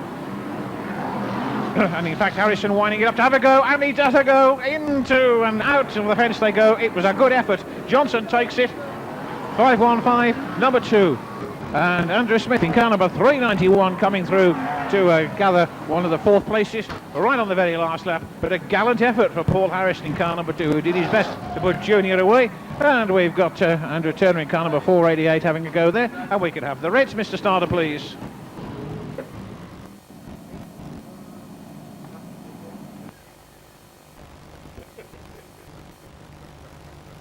Briscoe Formula 1 stock cars here at Long Eaton, and taking the Midlands Grand Classic Trophy home with him, 383 Dave Johnson.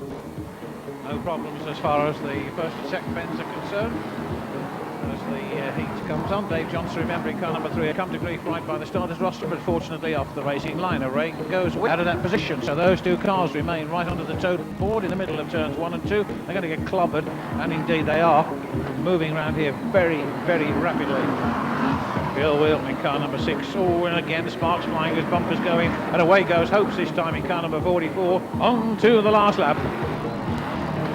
Pierce through, Wilton through. Some strange noises coming from one of those cars at least as it went through. There's the checkered flag. Rob Pierce takes it in car number 175.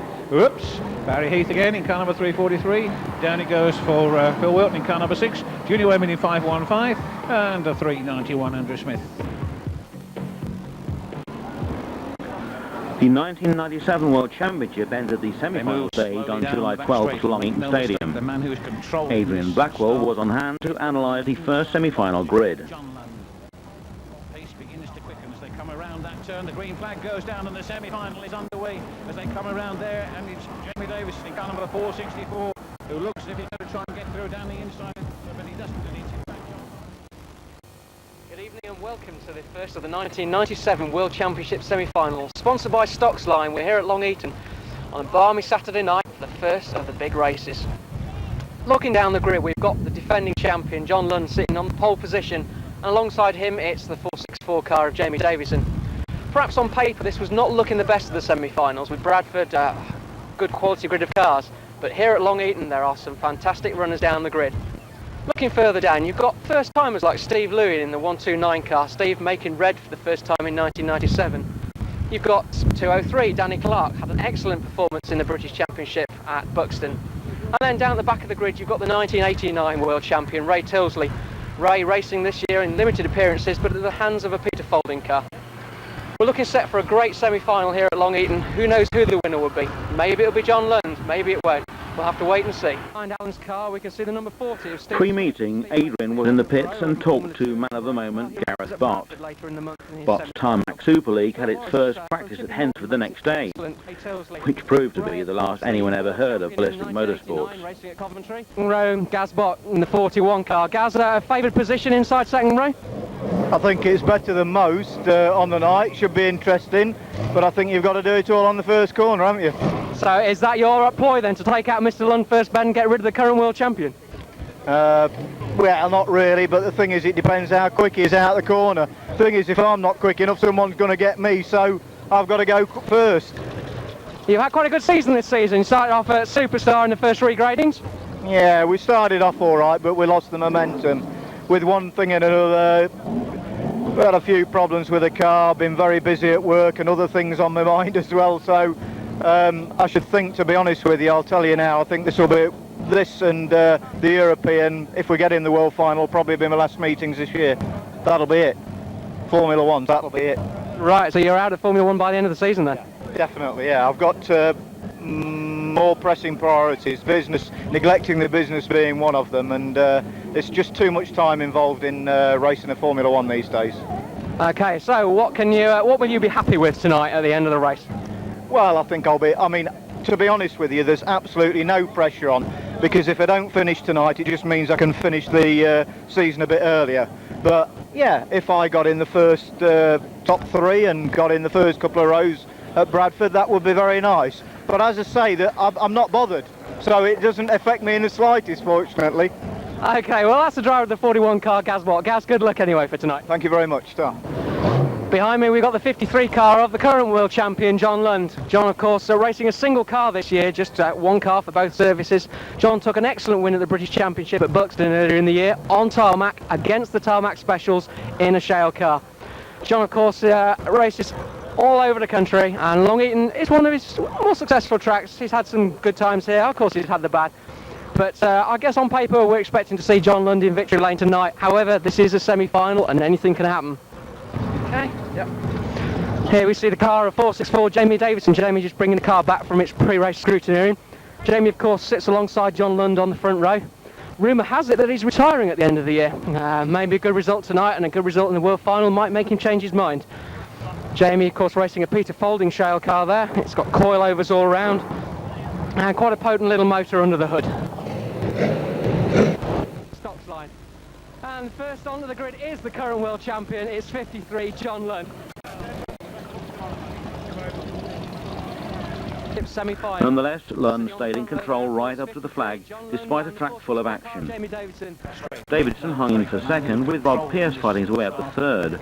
Adrian Blackwell caught up with all 3 after the race. Pace begins to quicken as they come around that turn. The green flag goes down and the semi-final is underway as they come around there, and it's Jamie Davidson in car number 464 who looks as if he's going to try and get through down the inside, but he doesn't, and it's in fact John Lund who immediately moves through in car number 53. Trouble down there for Chris Lloyd. Davidson in car number 464 is right behind Lund in car number 53. John Lund goes out a little bit on turns 1 and 2.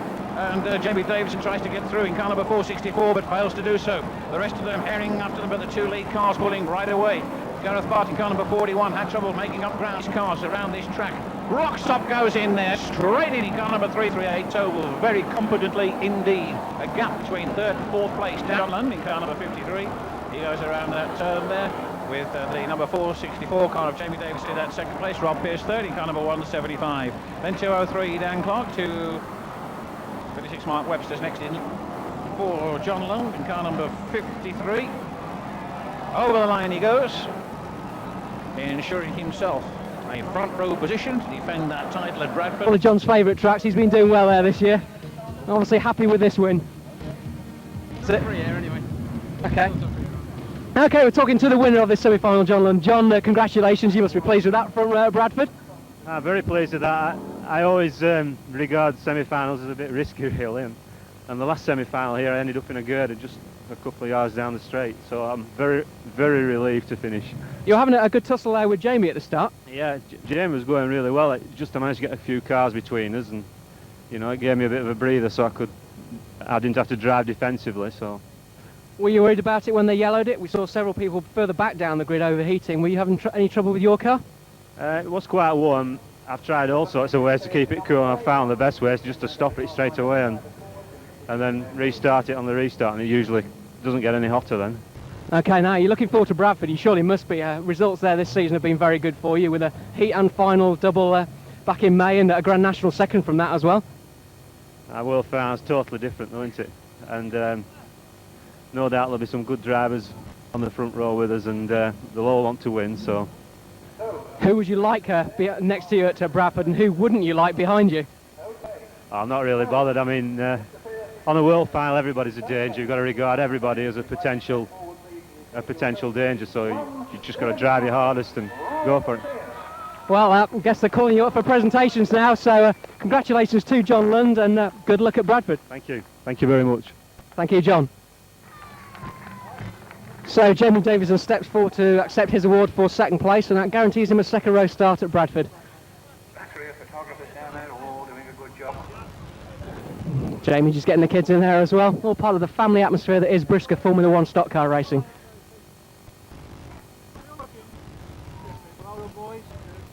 The winner of tonight's first World Championship semi-final, the defending champion, ladies and gentlemen, 53, John Lund.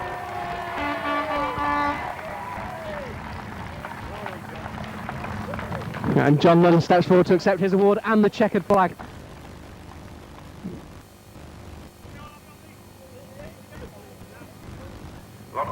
Drivers on the podium there. In third place it's 175 Rob Pearce. Second place 464 Jamie Davison. But of course the winner and defending world champion 53 John Lund. Okay, so now hopefully we'll have them all the way around on one of their cars so that you can all give them a nice big round of applause. So 2 out of the first 3 there on the car of 53 John Lund. Jamie following up with the kids on the second car there.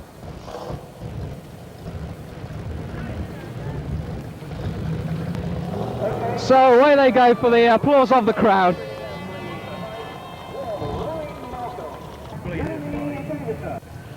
So I have with me the driver of the Be Warm Windows 175 car, Rob Pearce. Rob, congratulations, that's got you very near the front of the grid at Bradford. It's close, but I really wanted second place. I was pushing Jamie as hard as I could, but when it dried out, I couldn't catch him. We saw you closing in there. It got a bit spaced out towards the end though. I mean, did you have to eventually say I'll settle for third? When I seen the gap behind me, and I thought it's a big enough cushion, I'll stay where I am. Did the caution affect you at all in the middle? Did the what? The caution in the middle when they stopped the race? It annoyed me.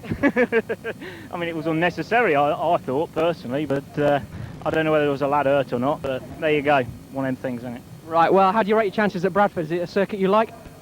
Let's just call it one big dive, eh? It was a Persy, White City.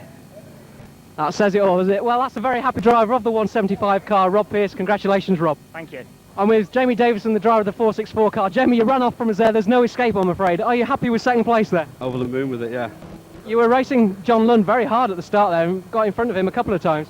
Yeah, I got a bit better line on him from the beginning, but he just outdrove me down the straight. Had a better line on the outside, like, and I just tucked in behind him and stayed there. Did you think that the caution might have helped you when they all bunched all the field up?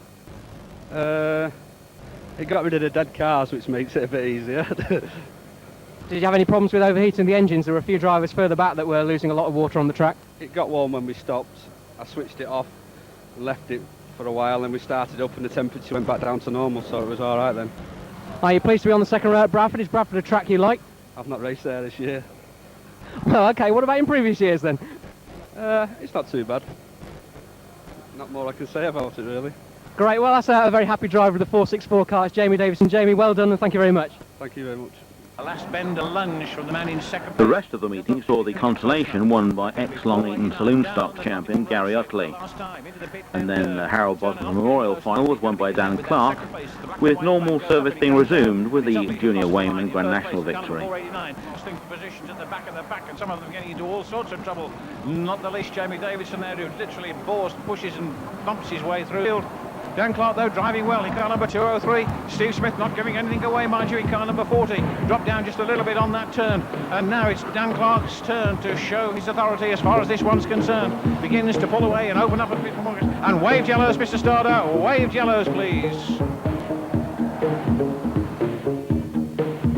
He's on his way round, ladies and gentlemen, with the checker flag and that beautiful trophy. The winner of tonight's grand final for the Briscoe Formula 1 stock cars, 203, Dan Clark.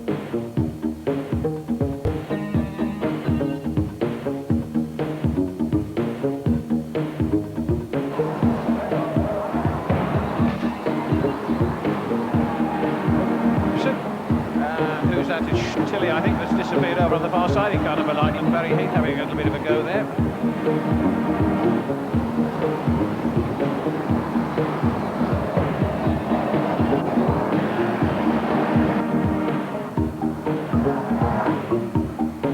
One or two more to come.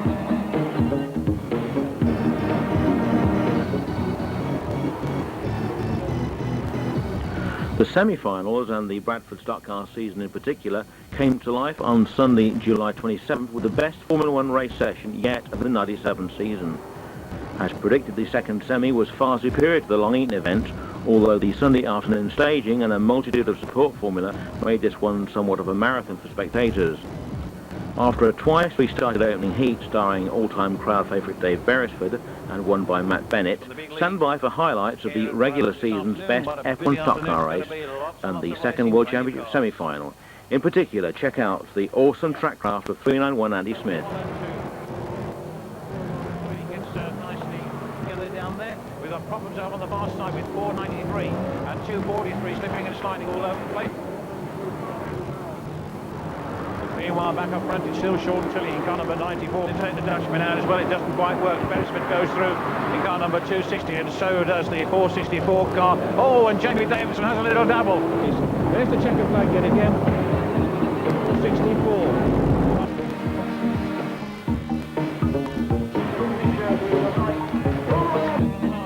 As the power begins to come on, and as they come around that turn, the green flag goes down. This semi-final's underway, and the first man to go is Gabe Chambers in car number 250. And so it's 515, Junior Wayman in the lead from Paul Harrison in car number 2 and 391, Andrew Smith. Then comes Murray Harrison in car number 97 and Barry Heath in 343 as they go down that back straight in Mr. 25-lapper out of turn 4. Junior Wayman leads in 515 from Paul Harrison in car number 2 and 391, Andrew Smith.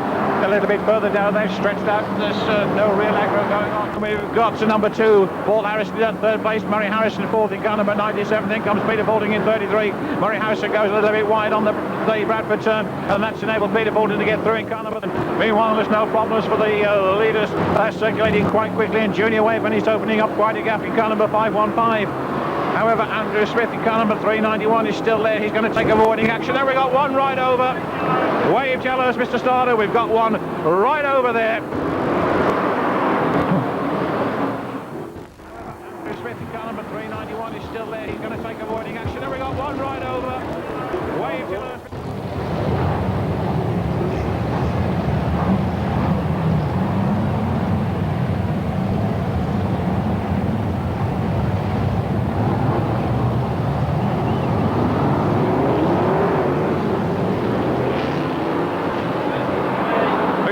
Flag goes down and we're underway once again with Junior Wayman in the lead in 515 from Andrew Smith in 391 and Paul Harrison in car number 2. Then comes Peter Balding in car number 33. There's going to be a change there, but I look at it as Murray Harrison in car number 97. No, locks off Barry Heath in car number 343 and Rob Perry's up there as well in 217. Coming around that turn, it's still the big spend turn coming up against back markers again, which doesn't trouble them this time. It's number 515 and it's halfway next time, Mr. Starter. Junior Wayman in car number 515 still out in the lead from Andrew Smith in car number 391 in that second place, and third position still really giving it a good run is number 2 Paul Harrison, and 33 Peter Balding. Peter Balding doing his best to try on the inside there, but he's not close enough. Still Junior Wayman with number 2 Paul Harrison. Is he going to get through now as Andrew Smith goes out a little bit wide, but not wide enough to allow Harrison through? Harrison no neck and neck down that back straight, door handle to door handle as they go down that far side, and in fact Andrew Smith hits the spot of bother and he drops down a couple of places. It's Peter Balding who comes up to third place. Number 2 Paul Harrison is now second, chasing after Junior Wayman in 515. Andrew Smith's coming back and he pushes them both. Andrew Smith there, and both Peter Balding and Paul Harrison disappear on that turn, and it's Andrew Smith who's back into second place after using the bumper to very good effect on turns 1 and 2. They come through again, 3 laps to go, and it's still Junior Wayman in 515 from 391 Andrew Smith, and Andrew Smith's going to have the Potter Junior, and he puts Junior Wayman out there. Junior Wayman bustles his way around the outside. Murray Harrison moves through into second place in car number 97. Junior Wayman drops down to third place in car number 515, and it's Andrew Smith in car number 391 sees the opportunity to beautiful effect on that last lap, and it's he who takes the lead, and a very commanding lead it could well be at this stage in the proceedings. 391 Andrew Smith, as the last lap forward is being prepared, goes down the back straight with just 1 1/4 laps to go. It's Andrew Smith in car number 391 from Junior Wayman in 515, and then on to the last lap, the first, second, third placeman through any moment now onto the last lap. Oh, look at this, Ian Platts has come through in car number 77 by the look of it. Murray Harrison's got a flat rear tyre, that's why he's slowing down in car number 97, and so it's checkered flag time, and it's going to be Andrew Smith in car number 391 who crosses the line with a triumphant wave of a hand out of the cab. Junior Wayman second in 515. 77 Ian Platts third, Murray Harrison fourth with a flat rear tyre, and who knows what comes after that. No comment, still the chance of being checked, but that... The final result had 391 Andy Smith winning from Junior Wayman and 77 Ian Platts. And after the customary coin toss, John Lund claimed pole position on the 97 World Final Grid, to be staged at Bradford in 2 months' time. Today's remaining races proved to be a precursor of that upcoming meeting, with an influx of Dutch Archon drivers helping to create the highest levels of track action of the year so far. The remaining races went to 4-2-1 Nigel Wilkinson. The final, scene of a 77 rollover, was won by Gary Utley, and the Grand National went to Derek Fairhurst. A race which was abandoned after a sensational accident on the back straight involving some of those Archon cars. Most popular of the sport formulae at Odsal were the three-wheeler Reliant Robins. As with the Archon drivers, these accident-prone entertainers will be back at the World Final. There between the two semi-final winners. Steve Booth in car number 446, one of the 8 graders who missed out of the line-up there, goes spinning round before he even gets around the turn. Oh, dear me, he's in trouble again from the number 297 car. In that second place of Nick Field. Field goes a little bit on the wide side there. Jimmy Young in car number 106. And number 71, Steve Ragg, will wind it up back in car number 383, who's come through there. Chris Lloyd is saved as well in car number 284. John Nunn in car number 53, the number with the gold top, goes there. And Gareth gets himself caught up on the timber bolt. Oh, and it's one of the Dutchmen involved down there. And wave yellows, Mr. Starter. Oh.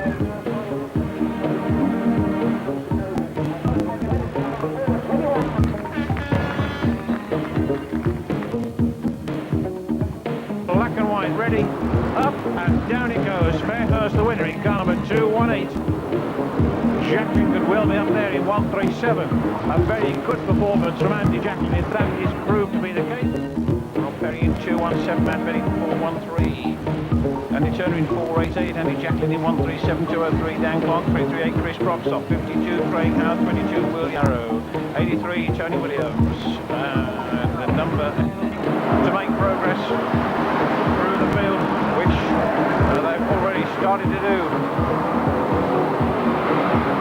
Chris Broxoff in car number 338 tangles with number 8 on that back straight, just pressing to his side, moved up the place. Disaster. 203, Dan Clark. Oh, and who's that? My goodness, that was 250, Keith Chambers, who really put it in hard down there and moved the opposition aside with absolute abandon there. Away they went. Gary Utley in car number 489, Jacklin still there in 137, and all credit to Jacklin. No matter what happens now, he's done well. That could be Fairhurst is in trouble on the exit to turn 2 on the back straight. Utley back to car number 489. Is he going to be challenged by Jacklin in 137? Oh, and away goes Murray Harrison. Goodness me. And it was Andy Smith who put him away there in car number 391. Really dug him in hard. Utley in car number 489. And somebody else is going to go here. Again, it's Smith who puts the bumper in and really moves them all aside. We've got one right over there, and another one, and another one. And Reds, Mr. Starter, Reds, please.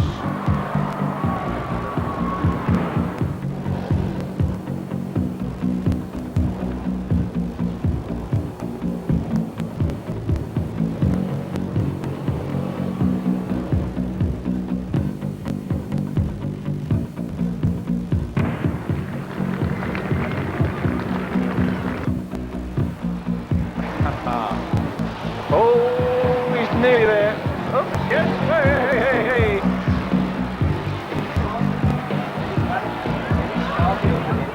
Back on the wheels, is he going to get it fired up again? Whoops, whoa. There's another good one. Straight over. Back on the wheels.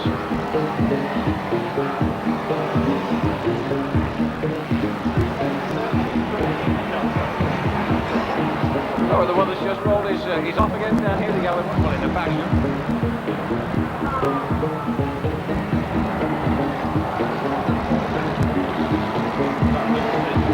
Oh, wait, no. Another one, oh,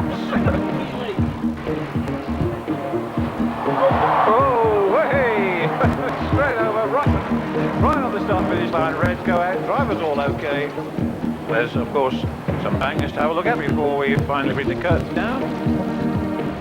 This is the Grand National Championship qualifying round.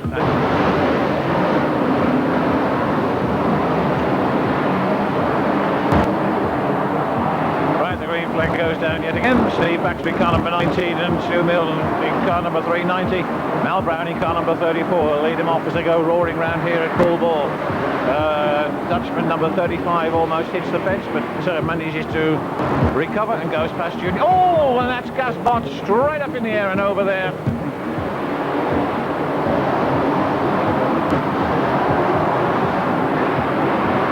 He was lucky, was Gareth then.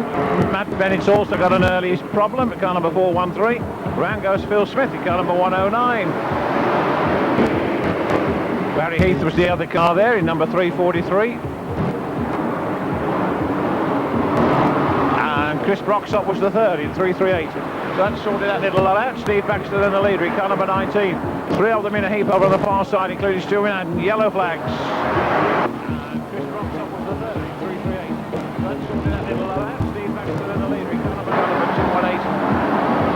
And then 488, Andy Turner. Then 52, Craig Howard, first, second, third, and fourth. That's been in fifth place.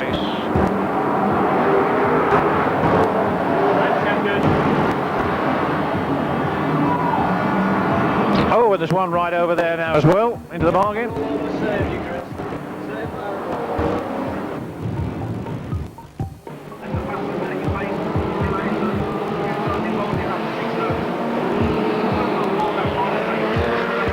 One week previous to the Bradford Semi was an especially destructive Long Eaton F2 session. Race winners started with 66 Daniel Queenan. Heat 2 on the Grand National went to Scotty Scotland, while the consolation was won by Mark Woodhull and the final Mark Taylor. Surprise Woodhull victim in the final was everyone's favourite national points challenger Bert Finnegan. At this point in the season, the national points number one was still Rob Speake with 1,150 points, but Bert was now closing with a score of 1096, just 54 points adrift. We'll go for his third one tonight. At the moment, it's Dave Massey, 977. The early race lead off on 197. Steve Whitton, Darren Cottrell almost goes up onto his roof with the Scotty Scotland car tangled there. British Scotland's almost flipped over. Involved too is Alan Beale, 515. Those three cars have separated themselves. This will be a good drive from Russell Taylor all the way from the northeast. Quickly dispatched into the wires. Courtesy of some of the faster moving cars. John Lewin there forcibly moves out 56 and then Perky's out the way. And Bert Finnegan now with the Stu. Some of the slow moving traffic. Keith Roberts there for a moment had a slight twitch on and the leader's drifted very, very wide. Did well to hold off a visit to the fence, although not so fortunate was Darren Cottrell, 575.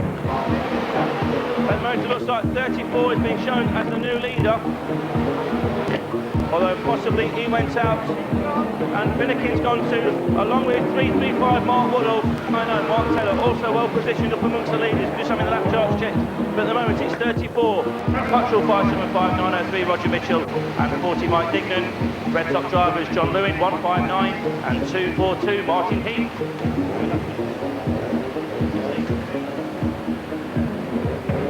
Steve Whittle, 197 in third position. Andy Gibbs going towards the wires. Russ Williams has made a mistake and it's checkered flag time. And he goes down now to Barry Scotland, number 34 takes the checkered flag. We'll wait to see who comes. With both semi-finals brought forward to July, the main event in August was the Barlow Stage Long Track World Championship, where Stock Car's mainland European correspondent Frans van Soest talks to the main UK challenger Junior Wayneman.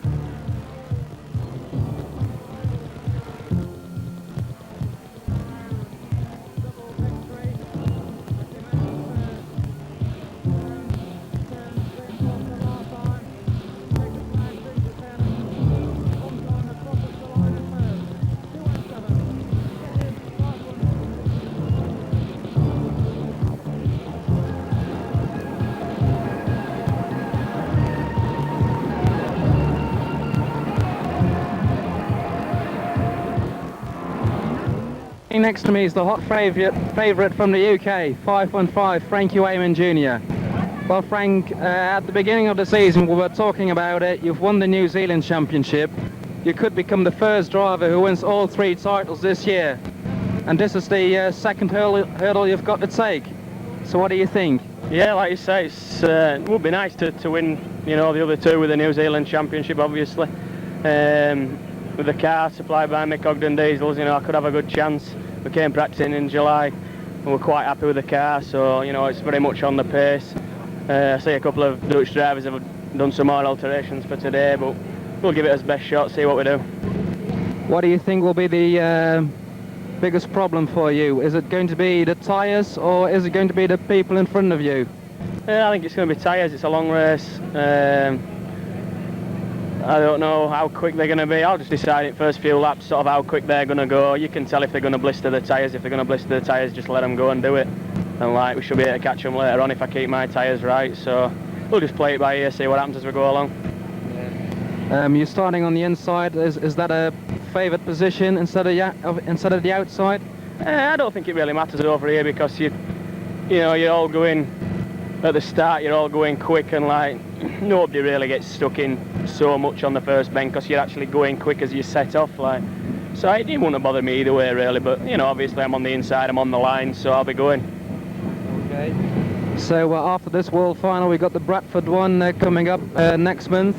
They've got a good starting position in that one as well. Yeah, we're very pleased with the semi-final. I didn't want to win it. Well, if I can get second and get on, I know I got inside as well, which I was lucky because they just tossed a coin and you know I ended up on inside. So I'm very pleased with that. So just need to sort the new car out for around there, and should be all right. Okay. Best of luck, Frank. Yep. We'll see how it goes. Yep. See you later on. One of the drivers will... Other interesting sights at Barlow were the new age Glen Asprey Formula 2 car with side pod radiators, a stunning long track special for 22 Lou Wabish, and a promising lap time by 8:10 Pete Kaiser.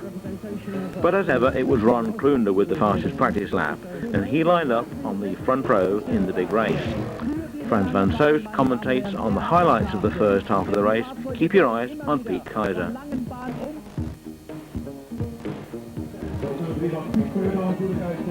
It's been having mixed success on the long track, but went all right 3 weeks ago, the final practice session. Now we've got 22 low wobbers, who will be a main challenger for the title.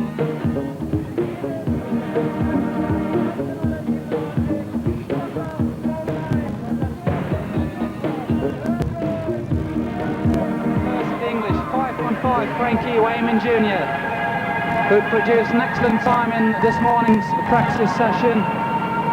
Next to him, 97, Mary Harrison. The field moves in 2 turns. 3. Now it's 4.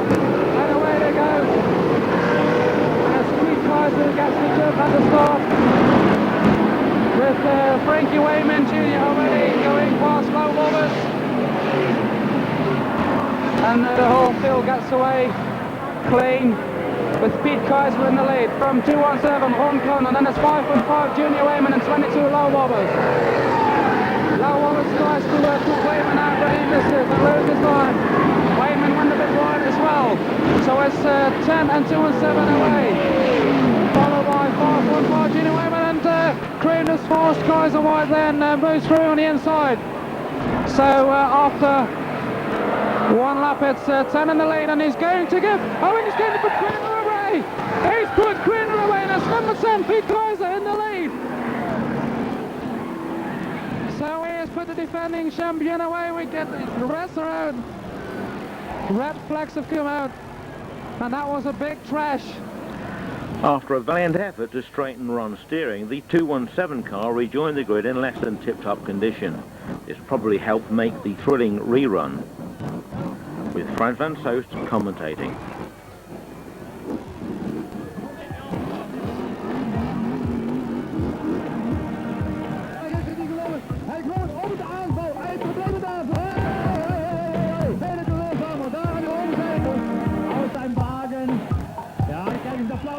Piet Keizer. Ja, Piet krijgt nu al applaus, want die hebben er weer hard aan gewerkt. Ja, dan gaat hier links das Publikum mit Buhrufen. Hier, da sind die ganz harten Fans. Problem zur Seite, Ron. Die looks op de bak, ook voor Piet Keizer, dat was ook nog aan, want het ging eigenlijk erg leuk in de eerste ronde. Dus... Ja, het is gemengd hoor, dus veel applaus en veel vervoer. Dat maakt niet uit.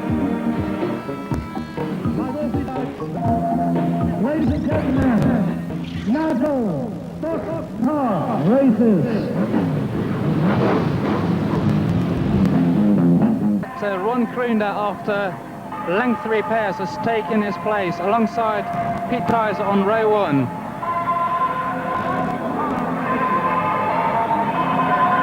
Three drivers will not be taking part in the restart, those being 71, Henk Alberts, 393, Michael Smith, and number 94, Wilfred van Leeuwen. So with a depleted field, we get underway. But the long track will fire up. There we go. Kaiser gets the jump. And Kroender's force by. So it's 22 low wobbles in second now. Frankie Wayman Jr. on the inside as they go into turn 1. And Kaiser still in the lead, followed by 22 low wobbles, 5.5 Junior Wayman, then it's 217 Ron Kroender. Wayman looking for a gap on the inside of 22 low wobbles. Turn 2. That's yet number 10. Pete Kaiser cannot open up again. Wayman is struggling on his tyres. Benny Notek close to fence hard on turn 3. They spun out and stalled in the middle of the track.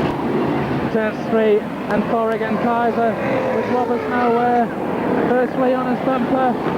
Kaiser just getting it slightly wrong there, coming out of turn 4, down the home straight.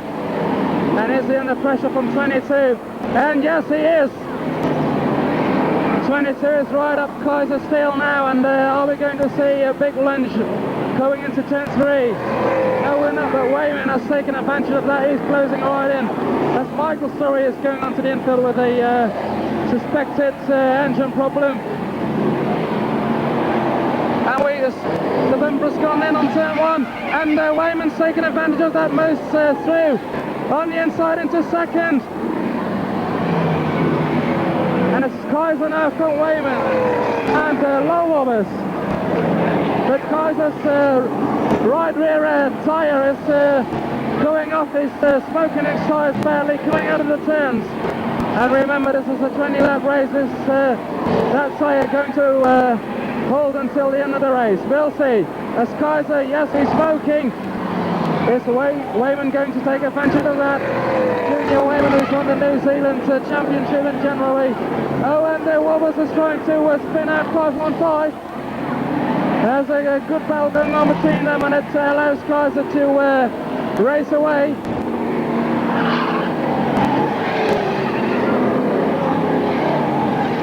But we're now getting some back markers, which might make things interesting again. Kaiser and Kroender's going wide there. Kaiser still not certain of the win. And Wayman's closing in on the bends, whereas Kaiser seems to pull away on the straight. We move down the back straight, and it's Kaiser coming up behind Johan Cosfield. Wayman again under pressure from Wobbles, and Kaiser's got wide and it's low. Wobbles so smooth through on the inside. Kaiser's got a run there, and it's now and Kaiser seems to put the bumper in, and Wayman, what's going to happen? I think Kaiser's had his best this race. His tyres seem to go off to the finish and win this race. He went a bit wide there on turn 1. He's behind Marcel Janssen now. Wayman is also going slightly right there. And Pete Kaiser is dropped well out of the race after going so well. He's out, and there's no moves onto the back straight. Mary Harrison in front of him, but yes, it's going to be Low Wobbers who's going to win this race. The first major championship for Low Wobbers on Warke and Puissant.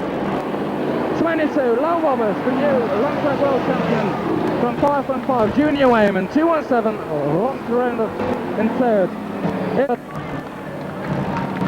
As for the rest, we'll see the confirmed results from the lap scorers.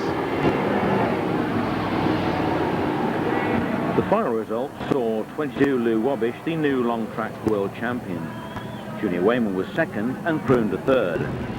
Away from the podium, Henk Jan Ronitz was fourth, Martin Verhoef was fifth, and Murray Harris from the next best UK finisher in sixth. The next race on the programme was the Junior Wayman won Jacques Class Trophy, with Kroon back on form, winning both the sponsors race and the meeting finale.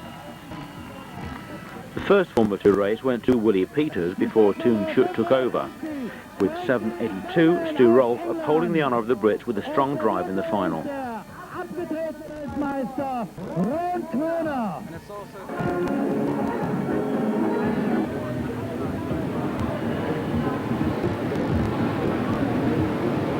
Number 15, Karel Peters at the end of the short section between turn 3 and 4.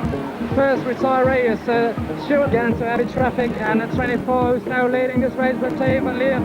Oh, and he puts him into the deck.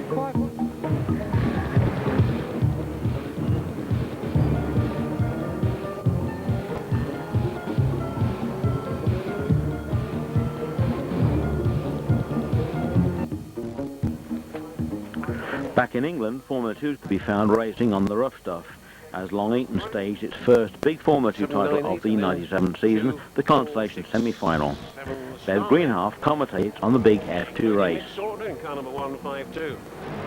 And Peter Gilbert in car number 542. So the green flag goes down and we're now underway. Let's see how we go.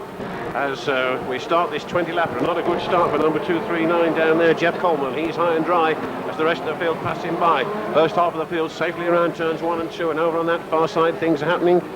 Back end's been slipping and sliding right out there as they come into the home straight again, and it's number 69, the lead car. Simon Chalkley in car number 69, from Nick Payton in car number 192, and Simon Ricketts in 228. Then Skayman in car number 177, and the 170 car of Mark Helliwell already being stretched around there. 344, the first of the star men apparently to make any effort, and that's Phil Woodall in car number 344. 177, Alan Skayman has a go at the back end of the 228 car, and Mick Saunders involved in car number 152 up there on the pit bend turn, and that's not going to help his cause at all. In fact, it looks as if he's out of this one as well, and that puts paid any chances that he might have had of qualifying for this year's World Championship. One of the big names that we're missing from that lineup. Still Chalkley over on the far side in car number 69, but Payton in car number 192. He's closing up, or was. However, Payton's gone wide and puts himself straight into the wires down there on the pit bend turn. Dreadful mistake then. In he went, and it looks as if he now is going to be sidelined and watching the rest of this race from that position in the safety fence. Or is he? No, he's actually got himself restarted. But it's cost him a lot of time and a lot of ground. Still Chalkley in the lead in car number 69, from Helliwell in number 170 in that second place, and Ricketts third in car number 228.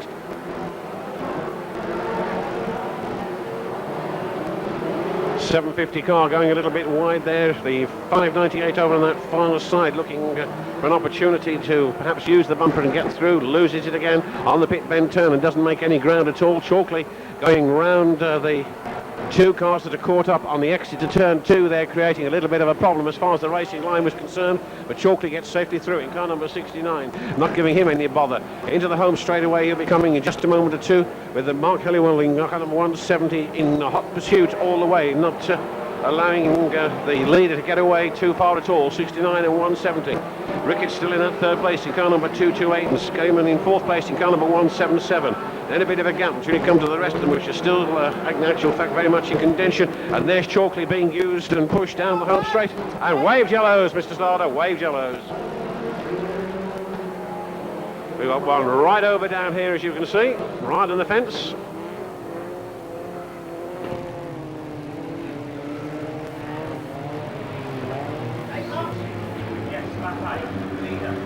Yes, 69, your leader, Mr. Starter.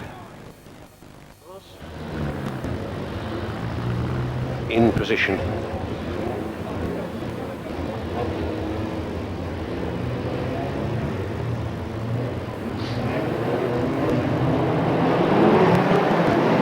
Green flag has gone down, so once again we're racing, and there's somebody that's very quickly moved out of the way over on that back straight as the leaders come down the home straight. It's Chalkley in car number 69, being chased by Helliwell in car number 170 all the way. Ricketts still in third place in car number 228.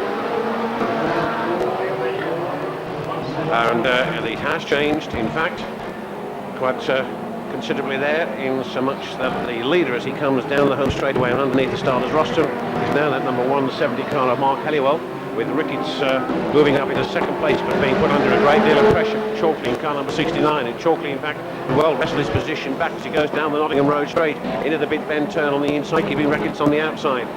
Halliwell comes down the home straight, he's in the lead in car number 170 at the halfway. Next time, Mr. Starter. So the halfway stage, and next time round the Union flag will be out. Oh, there's trouble over on that far side, another one there broadside across the track after clipping the fence, and in fact that fetches a wheel off there. And it's 69 the lead car, just checking to see if the driver's all okay on that far side. And indeed it looks as if he is, so it's Chalkley who's back in the lead in car number 69 from Ricketts in car number 228 now second place. And it could be Pete Gilbert who's moving up into third place in car number 542, and that's confirmed with a nod of the head at the side of me. So it's car number 69 and 228, first and second place from Gilbert in third position in car number 542. The number 824 car as well, Rob Johnson moving through very quickly indeed, and he too is also in the places as they go down that far side. Things beginning to change now a little bit. Chalkley in car number 69 will surely be finding himself under far more pressure very shortly as Gilbert gets the bit between his teeth all the way around this Long Eaton Raceway, and in fact he's pulling him back very quickly indeed. He's about to attack Simon Ricketts in car number 228. So gives Ricketts a shove, almost puts him out, but Ricketts in fact keeps the door closed just for a moment longer as Gilbert tries to get through on the inside in car number 542. Still Ricketts keeps him at bay in car number 228, but it's the inside line of Gilbert which gives him a slight advantage, but all credit to Ricketts as again he shuts the door, and whilst those two are battling it out, Chalkley is unable to break away just a little bit. This time though Gilbert gets through on the pit bend turn and moves up into second place with 5 next time, Mr. Starter. So with 5 laps to go, it's still Chalkley in car number 69 from Gilbert in car number 542 in that second position, and Ricketts third in car number 228. Then comes the number 824 car of Rob Johnson in fourth position. All of them moving around here. Oh, and that could be nasty. We've just mentioned that man, and something's happened there. A hose gone or something like that, is it? That's the number 824, 344 and 642 are there as well. And the 642 car of Dave Luscombe getting ready to swing into action by the look of it. And the man who could be on the receiving end in time now is Phil Woodall in 344. However, still up front it's Simon Chalkley in car number 69, driving an extremely good race. But Gilbert is after him all the way in car number 542, really doing his best to shorten the distance between at first and second position before that checkered flag goes down. Remember, the first 6 drivers for those that will go through to this year's World Championship at Cowdenbeath later on in the year. 824 has just pulled off, not a surprise that either, because it was obviously in trouble in the early stages. 69 and 542 in first and second positions from Simon Ricketts, still third in car number 228. Then we've got number 642 by the look of it, followed by 344 and 355. Just check that through as they come. There's Chalkley in car number 69 from Gilbert in 542. Then Ricketts in 228 from Luscombe in 642, and Woodall in 344 and 335. Bryn Thomas is up there as well in car number 690. He no doubt would like to get in there with a chance. Maybe he will have before that checkered flag goes down. But just look at this. Gilbert in fact is now moving up all the time, but there's not enough time left. It's going to be a win for Chalkley in car number 69, who's certainly driven a good race. Comes out of turn 4 for the last time. There's the checkered flag. It's going to go up, and it does go up and comes down for Chalkley in car number 69 from 542. 642, 344, 335.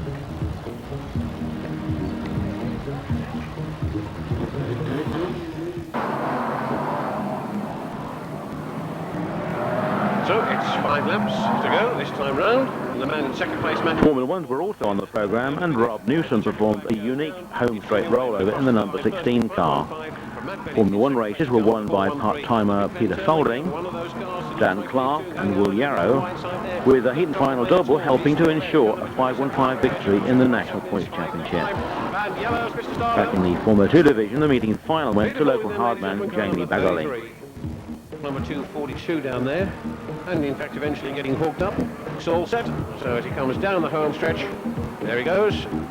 Number 95 first from Jamie Bagley in second position, and the 955 car clips the fence post as he comes down there and rips off a chunk of the back end of the foot cars behind him, which of course he wants to do, and he'll be putting a few more in because they're all slipping and sliding all over the place on the big bend turn.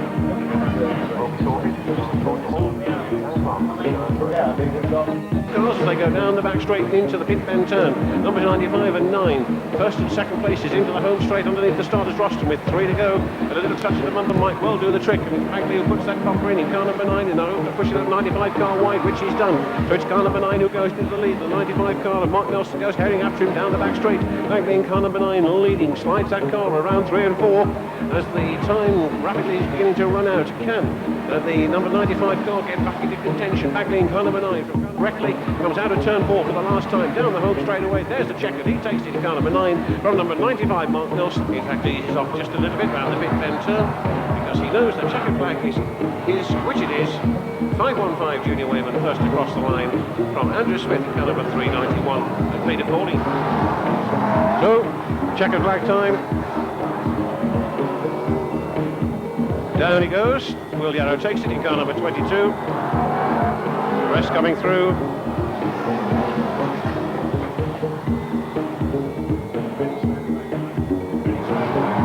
And red straight away, Mr. Starter, please. On the eve of the hallowed month of September, SCA Recording visited Swaffham to take in Trackstar's 1997 Unlimited Bang-Up World Final. And along with almost everyone else, we were quite confused after seeing a brisk, quiet last lap lunge decide the outcome of the race.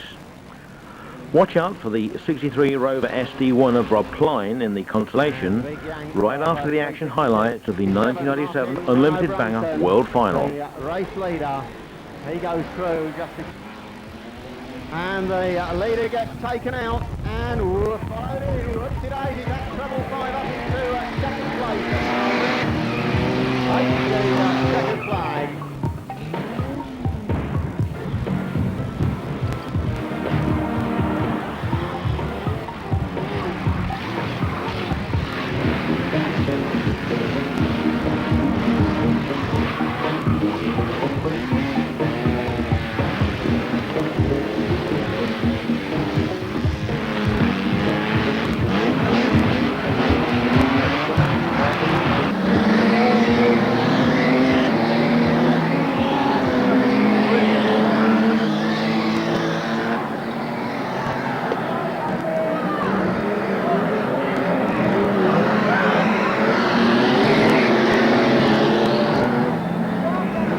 So then, the green flag goes down.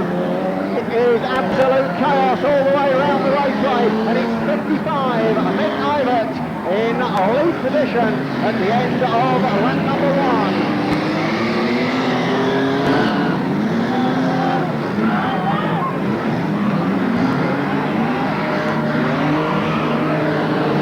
So then, cars going every which way.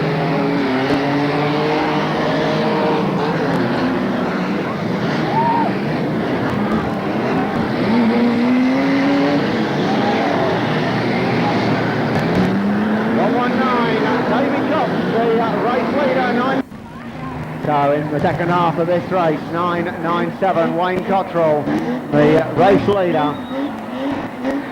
541 gets taken out down there on the Downham Road turn. And 997 Wayne Cottrell now has lapped the entire field. 323 Richard Hughes in second position. 97 Marcus Goldsmith, middle turn, number 997, Wayne Cottrell goes gold.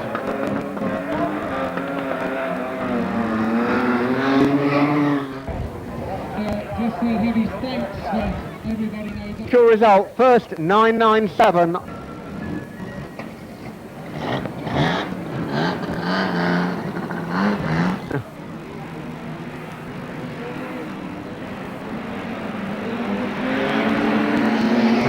Not for the first time this weekend. A big smash on the pit turn.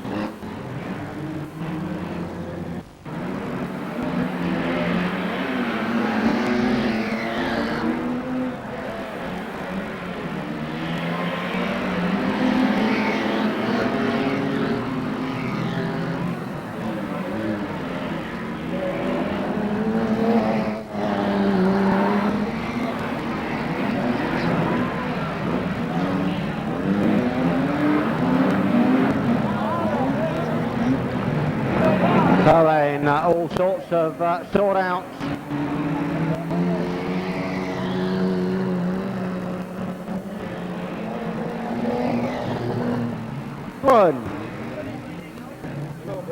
We're looking for a new race leader this time, and it's 63, Rob Klein, in lead position with the number 5 car running in second place. 119 running in third. So 63, 5 and 119. The race order at the moment.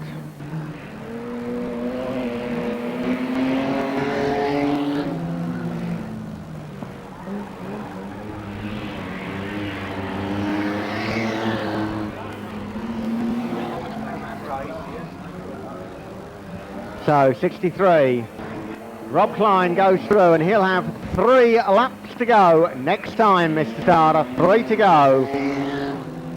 119 goes up to second position, and there's not much else left running in actual fact.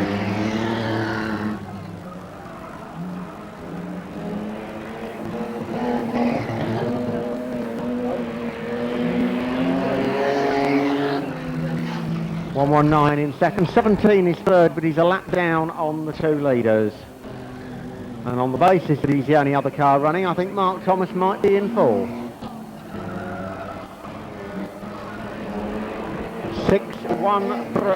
63, the race leader. Rob Klein goes down the back straight. 119, Davy Cox in second position, is closing the gap all the time. There's just 1 lap remaining. 63 and 119. It's between those 2 as they go down the back straight. And 119 trying to get it. Hey! 63 misjudges it and puts himself in the fence. And Jack Overy never misses a chance like that. So, who is going to win this one? Whoopsie daisies. 119 says, will somebody give me a push, please? Now, of course, nobody wants to give him a push all of a sudden. So then, at the moment, it's first nobody. 827. He's 5 laps down, we think. 17 with 1 lap to do. 1 lap to do for Overy. 827's got about 6 laps to do. So then, and number 1's got about 3 to go. Davy Cox is trying to get going. So it's 119 and 17 now who are battling it out. And checkered flag goes down. Jack Overy takes it.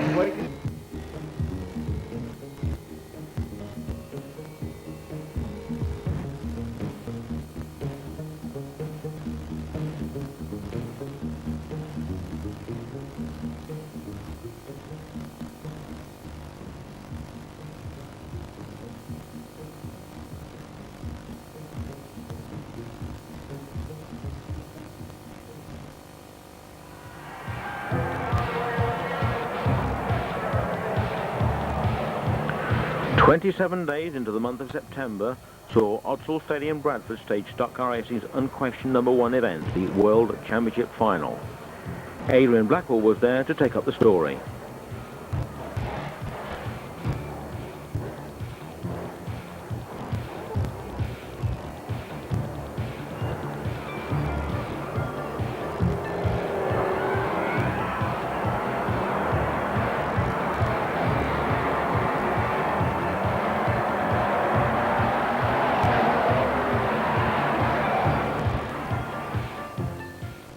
To Odsal Stadium Bradford for the 1997 staging of the Formula 1 Championship of the World.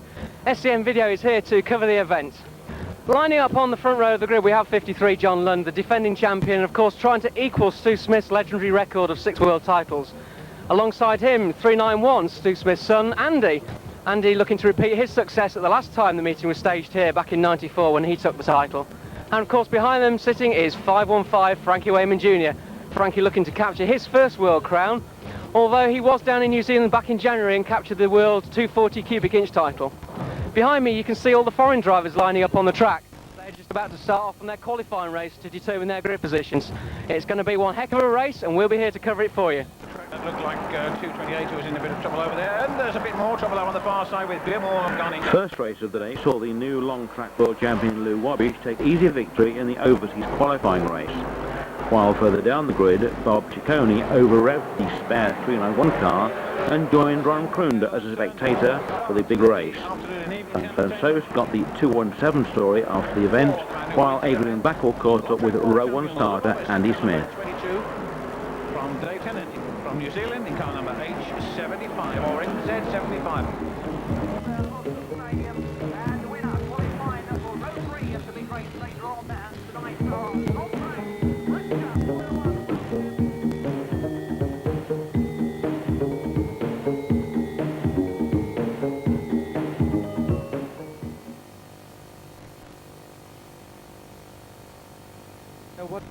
Qualify from Holland, but unfortunately he's not racing due to injury. 217 Ron Krunder. Ron, what happened about a month ago at Buxton when you raced the car that Peter Folding built for you? Yeah, I can't tell you exactly because I didn't remember. I was maybe 6 or 7 hours that I don't remember, but I had a big crash in Barlow, so, and maybe now another crash in Buxton, and that injured my ribs and my head, so that's it. Because the night before you raced at Stoke and you did ever so well, coming 3rd in the final and then 2nd in the Grand National, so the car was set up perfectly for the Shield. Yeah, that's why we didn't want to change it at Buxton, maybe that was the problem. So the car was maybe a little bit slidey and maybe a little hit, I don't know, and I get into the fence and that's it. How do you feel at the moment? Are you recovering or? It's going better, but it's not. I'm not good enough to drive. So if I'm maybe I can drive, but if I have a small bump or and a small hit, then you might be injured again. That's not what I want. Okay. But you'll be probably back at the Dutch raceways in the next couple of weeks. Yeah, I don't know. First I had to be really recovered, and if everything is okay, I'm gonna drive. It's a shame that you can't race today because you qualified as a top Dutchman for the World Final. But perhaps next year, when it's hopefully on shale again, you can show the true potential of the Folding car. I'll do my best. It's a good car, it drives very well, so, but little accident and I'm not driving. Okay. Ron, thanks for talking to us, and all the best for the future. Straight, and you hit him into the corner, no problem. He went out high, right. You went down low, right. But unfortunately... Well, here you've got Andy Smith and Bob Ciccone deep in discussion, talking about the qualification race there.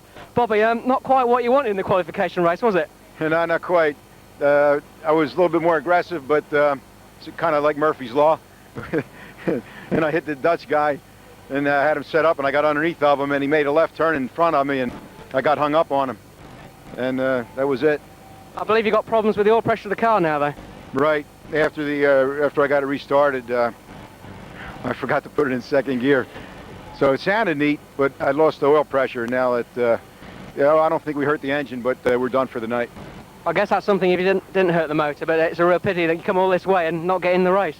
That's the way it goes. I mean, that's racing. I could go 20 miles away from where I live and do the same thing. So it was fun to see England and fun to race against everybody, and it was nice of Andy Smith to lend me his equipment to run. It's really good equipment, and I naturally hope he wins the race. So, but it's just racing. That's just the way it is. Well, that's a shame to see Bob Ciccone out of the race. Andy, though, sitting on the front row there outside of Mr. Lund, you must rate your chances pretty good. Yeah, I suppose I do. Yeah, just going back to what Bobby was saying, we're a little bit disappointed because we came testing yesterday here at Bradford, and me and Bobby went out at the same time. First time he'd sat in the car, he buckled up and he went out there, and he was very much on the pace of me, you know, so he did really well yesterday. You know, I'm very disappointed that this thing's happened, because I think he could have made a good showing, you know. It's very different for him, you know, going out there, he was instantly fast in practice, but when you get a few more cars out there, and I don't think they have the respect like they do in America, you know, you've got to really fight for that line up the inside. If you ain't got it completely, then they just cut across you, and that's one of them things. But as far as that goes, yeah, we were a bit disappointed, but hopefully our luck will change, and I'll do the business. Okay, I believe you opted for the big block car for you to use tonight? Yeah, I mean, it was a toss-up which car I raced, really. We wasn't too sure.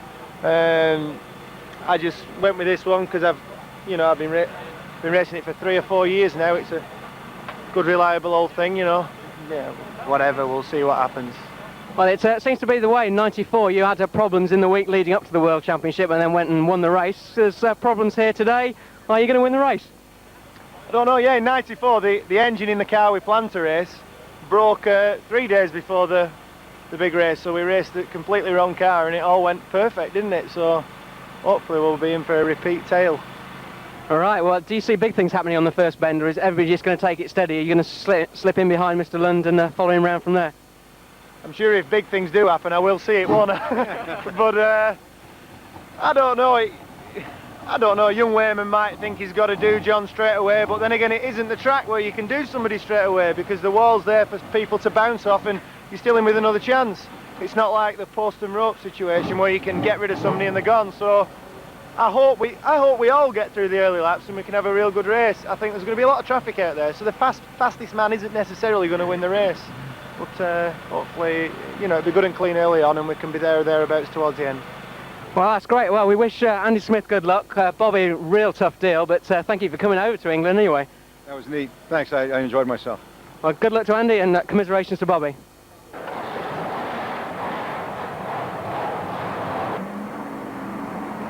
Heat 1 saw the opening bout of UK versus Holland Agro, when Andy Turner tangled with the juggernaut carrying number 1, belonging to Toon Vronic. Meanwhile, David Toulson made an ideal comeback to Bristol Formula 1 with a fine heat victory. A livelier Heat 2 went the way of 489 Gary Utley, who took the lead on the last lap, and after the return of the three-wheelers, John Lund led the cars onto the track for the 97 Bristol Formula 1 World Final. Number 106 and the 150 car of Graham Moles. 226, Mark Webster goes by. Last lap board goes out. 277 is the man, Martin Southwell. He's done very, very well. He goes wide on that turn, and there could be a change, and indeed there is. It looks like Gary Utley, who's gone into the lead in car number 489, right on the very last lap. Southwell left behind. Oh, and that's a tyre or a wheel off. That's a loose wheel that's gone down there. It's rolled off the track, though. Looks as if it's still going to finish in the placings.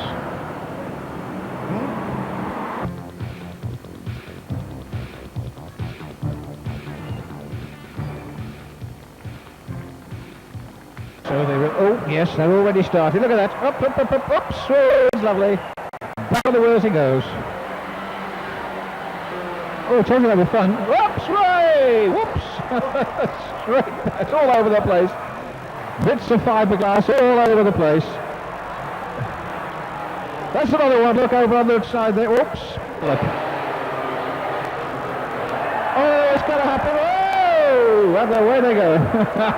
Bounce back again. They both have. Yes, they could be fired up and be on the move in a minute. They are. Go on the way. Oh.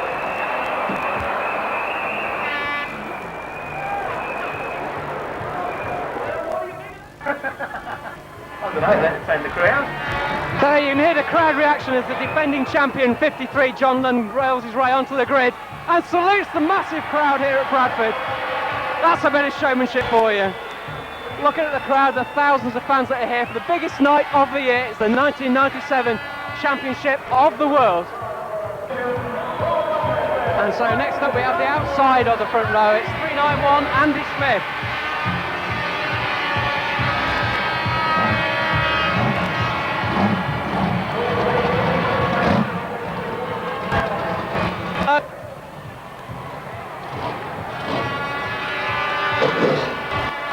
There goes Frankie, supremely confident as ever.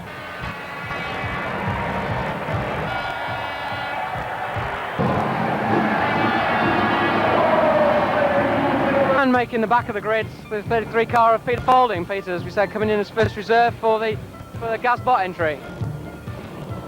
That's Peter's father, Rod, sat in the driver's seat. Rod used to race years ago in the number 36 car. Oh, dozen or so presentations to do. And the grid starts to take shape. Everybody looking fairly relaxed still. There's Andy Smith down the front, who's just been talking to John Lund. All the mechanics seem fairly easy about it all.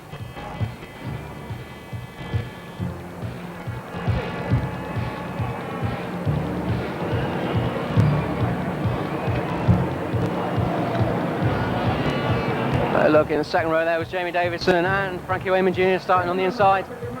Dave Tennant there sat coolly on his car.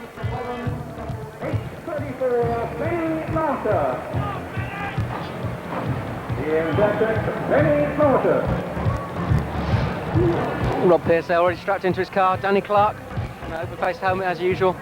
Danny's trademarked the cling film there on his visor, ready to peel that off when it becomes all clogged up halfway through the race. Dutch drivers stood on the beams on the infield waiting to climb into their cars.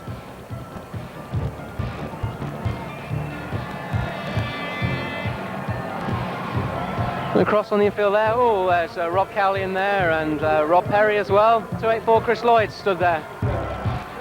These drivers just a little bit as the grid forms up. Mick Harris there about to give his award over to his fans on the terrace.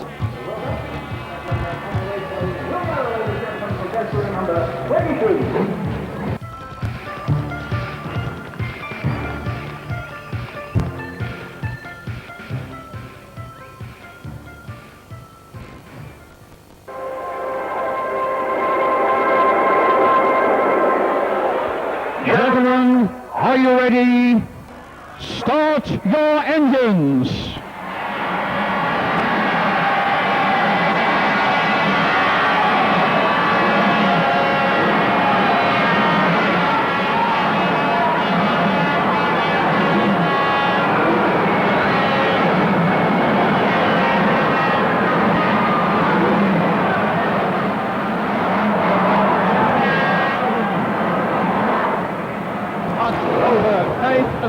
London. 36 cars on the grid, the race over 25 laps. Peter Faulding, giving him a chance of getting up there. Mr. Starter into turns 3 and 4. On goes the car, and we're underway. With the 1.5 rolling laps complete, the crowd ecstatic and over 30 V8 Chevrolet engines screaming, the green went down and John Lund broke into an early lead. Davidson was the first to go and Junior Wayman dropped into third behind Andy Smith. Stage 1 of the 97 World Race started within seconds of the green as the leaders forced their way into a packed field of back markers. Inevitably, London was slowed by back markers and down the back straight, Wayman ploughed into the resultant strain. Smith was caught in the middle and the 391 World Challenge ended on turn 4. And it was now between Lund and Wayman. Once again, back markers slowed Lund and allowed a telling Wayman challenge into turn 3. Lund went wide. Wayman took the lead, and with the track choked with dead cars, the yellows were brought out.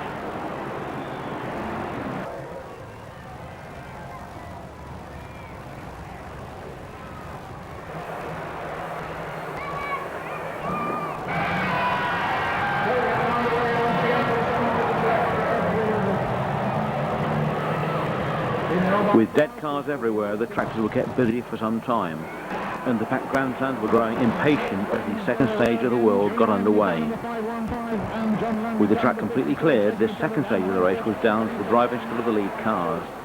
And sure enough, for the next 10 laps, the UK's top 2 drivers lapped faster and faster. Lund resorting to an ever-increasingly wide line as he started to gain on Junior. And with 5 to go, he was ready to strike. Certainly got the first 4. They move rapidly around here. John Lund getting a little bit closer. But as John Lund started his killer blow, disaster struck as the red 53 Nerf rail snagged the back straight plate. Lund slid wide, desperately looking for traction, and Junior was away and clear. But with everything seemingly settled, in sight of the lap boards, Junior rounded turn 4 to see the 34 Benny Nautica car bounce into the racing line. Lund saw it all and hammered down the home straight directly into the side of the Wayman machine. This could easily have been the end for both drivers, but Lund raced away to win his 6th World Championship, joining Stu Smith in the record books and sending the crowd wild. They go down that far side, and it's John Lund who streaks away down that back straight from his title as he goes round the turns 1 and 2 again, down the back straight for the last time. John Lund in the lead, he's coming to 53, and it looks as if he's got to retain his title from Junior Wayman in 515. He's going to turn for the last time. Here he comes across the line, and he retains the title. Ladies and gentlemen, the 1997 World Champion, John Lund, number 53. With Junior Wayman, he's down to 515, and keep him going as the starter because that first straight he must be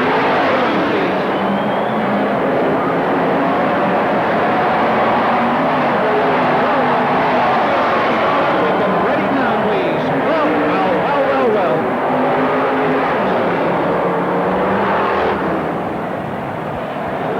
Absolutely incredible was that one. Absolutely beautiful.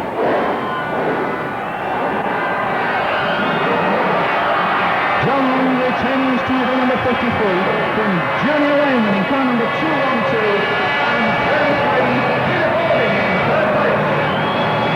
Oh, wonderful time.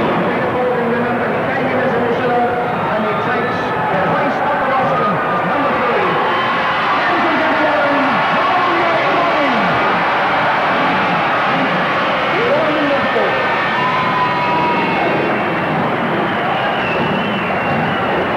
And there's a nice gesture from Junior Wayman, ladies and gentlemen, there. A handshake. Sporting gesture. Handshake up there. And Peter Balding, what a drive from Peter in.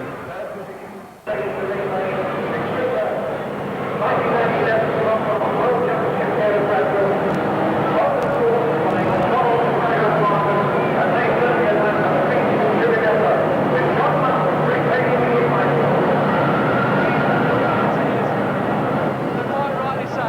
Peter Balding there congratulating John Lund. And Stuart Smith there, that's a very nice touch. Congratulating John on equalling his record as a 6 times world champion. It's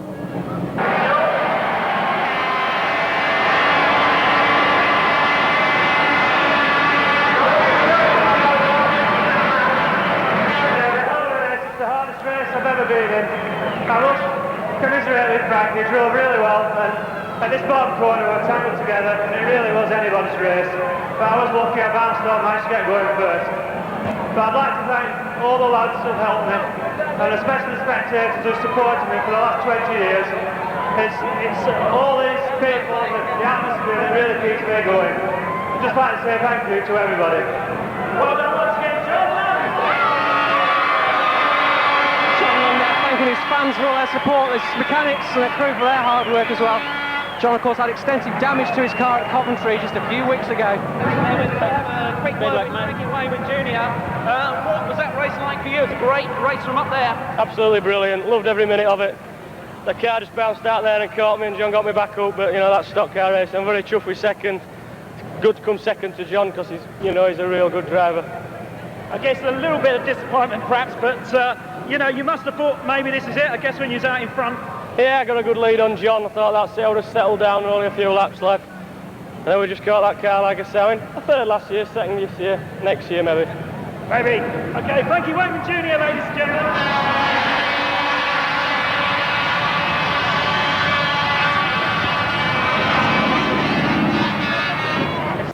Well, John Lund, congratulations. What a way to win a title. That was just an unbelievable race. The first 10 laps were really hard. I felt like I was making the gaps and Frank was following me. And then I got delayed and he got through. And we were both about the same speed, and then they stopped it and we were like dueling together, and I made a bit of a mistake down there, went too wide. But I managed to crawl it back, and it just got held up for a fraction of a second, we got hooked. Could have been anybody's. It certainly could. Were you worried when you tagged the wall on the back straight there? I thought that was it for you then. But I was going wider and wider and trying to get more momentum, and it was working. I was gaining on him a bit, and I just went a little bit too much, and just lost a bit of grip. And had you thought about taking Frankie into the wall or to a dead car when you got hooked up? No, not really. I had a job to catch him, to be honest. It was just to keep you cool and try and roll off without doing any damage, you know, that's the thing. If you get excited, you cock it up. We saw a nice touch there on the line. Stu Smith came down and shook you by the hand. You are now a record equalling world champion. Not equal. Well, I don't know whether we can ever equal Stuart, but we do our best. Well, we'll certainly try. That's 53, the 1997 champion of the world, John Lund. John, congratulations. On the rostrum, the driver of 33, Peter Folding. Peter came from all the way at the back of the 36-car grid to take third.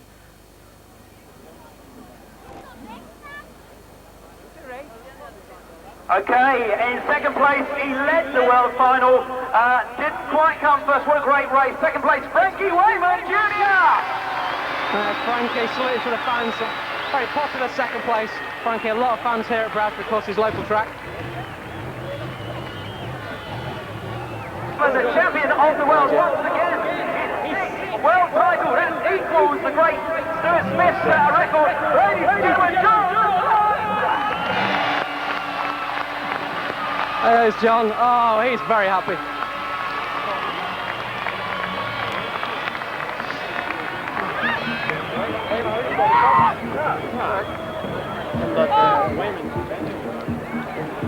Compared to the infinite track craft displayed by the top three finishers in the world 1997 final, champion of the world. the remaining meeting was a showcase of Formula One action entertainment. Frankie Wayman Jr. Andy Smith, Murray Harrison and Derek Fair have survived for race wins, but if ever there was a world final night where no one lost, this was it.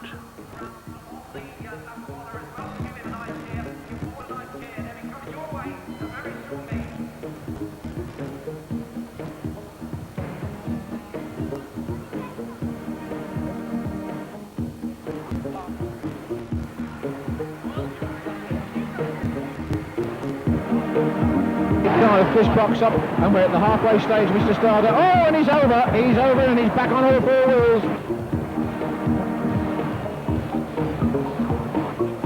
And he looks to me to be going to have a go at Johnson, which he does, and he really does give Johnson a smack. And they both go there, whoops, straight across the track. Tiller walking in. That could be dodgy. Wave yellows, Mr. Starter, wave yellows.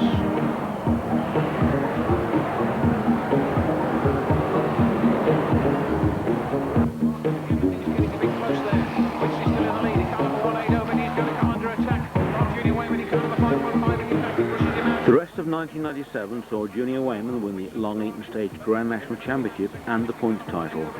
While in the Formula 2 division, the national points went to world champion Rob Speake after being chased all the way to the very last meeting of the season by Bert Finnegan. We end this take with Bert in action at Long Eaton's last ever Formula 2 meeting, which carried the title the World of Shale Final. Still trying. Oh, it's going to be close. It's going to be very close. Suddenly, there's no hard ending in it. They come across the line with barely a car's length between them. 5:15 and 53. Station Road on Eaton, back in Good Friday. Had a very good season. 27 years of experience, and there's the very popular Simon Panton. 188 from Sleaford.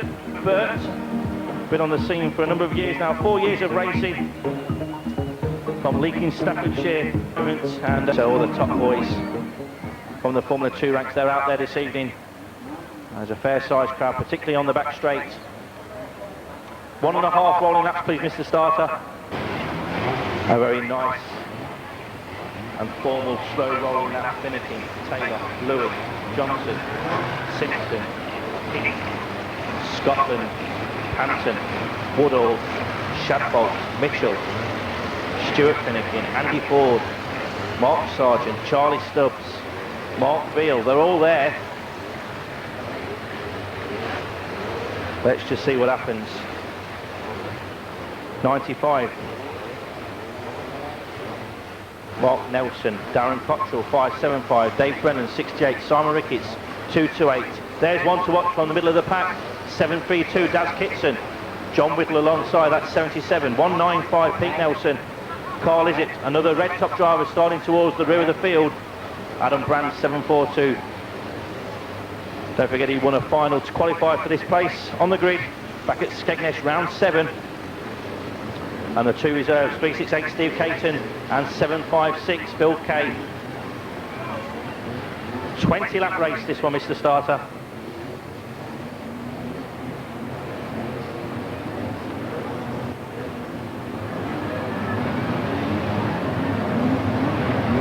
Start to pick up your favourite driver. Give that driver a cheer. Soon to be shown the green flag. One final cheer, please, and away they go. We've gone green. Let's see what happens. Finnegan doesn't get a good start. He's already lost a few places. It's Taylor that takes him into the first bench charge. Taylor, 7.90. Rob Johnson, 8.24. Then Finnegan, he slipped back into third position. Won't be too concerned just at the moment. Here they come. Challenge goes in from Johnson on the back of the Taylor car. The flashing lights of Taylor takes them around to start the next lap. 7.90, 8.24, 5.59, 1.59. Those four cars, bumpers go in, they're clattering there. And Finnegan sees a chance to go through. Looks like there's nobody out of the race just at the moment. One car just appears to be parked up. One of the Nelsons, it looks like it is, but Finnegan, the new leader.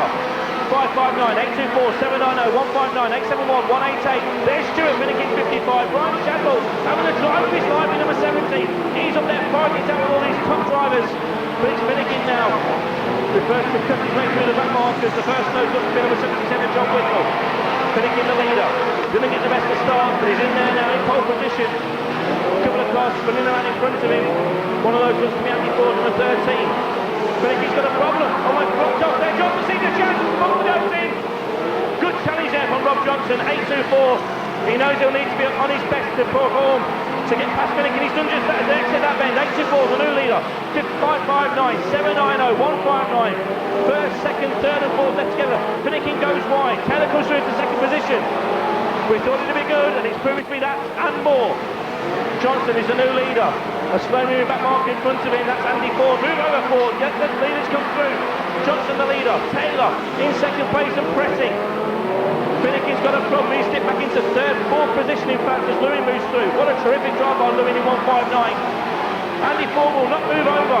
The leaders are trying to get past that driver. Andy Ford blocking every move as he shouldn't do. 8.24 comes in one more challenge. Ford almost goes onto the infield.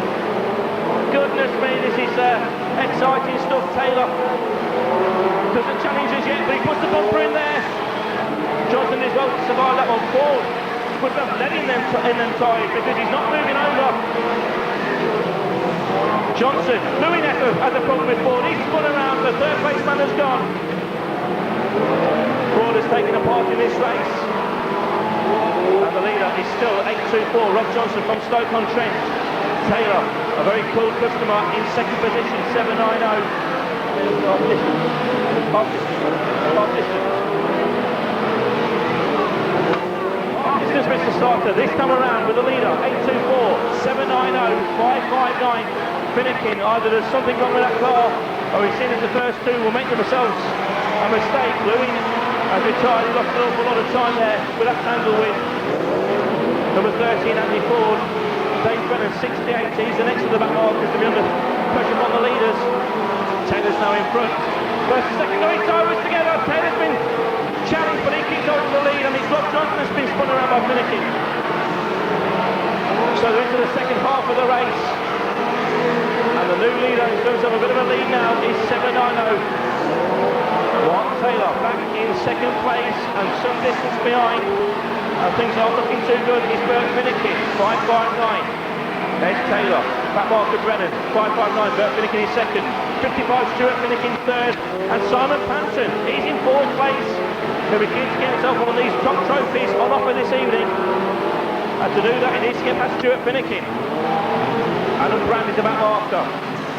So too, Sean Ward, 8.81. Taylor now got his toe far down to the floor. He sees he's got himself a very good chance of winning this one. Johnson has retired to the infield. Simpson also sitting aboard the car. He's out of this one. He considered it one more time. Now did he sit back in the hurley laps just to make sure he wasn't in there as the bumper was crashing in. Maybe that was his best tactic at the moment, although Finnegan does appear to be closing quite a little bit as they move into the second half of the race. Yes, very much so. Finnegan now beginning to close. How are we doing for that? Is it 5 to go yet? 5 to go yet?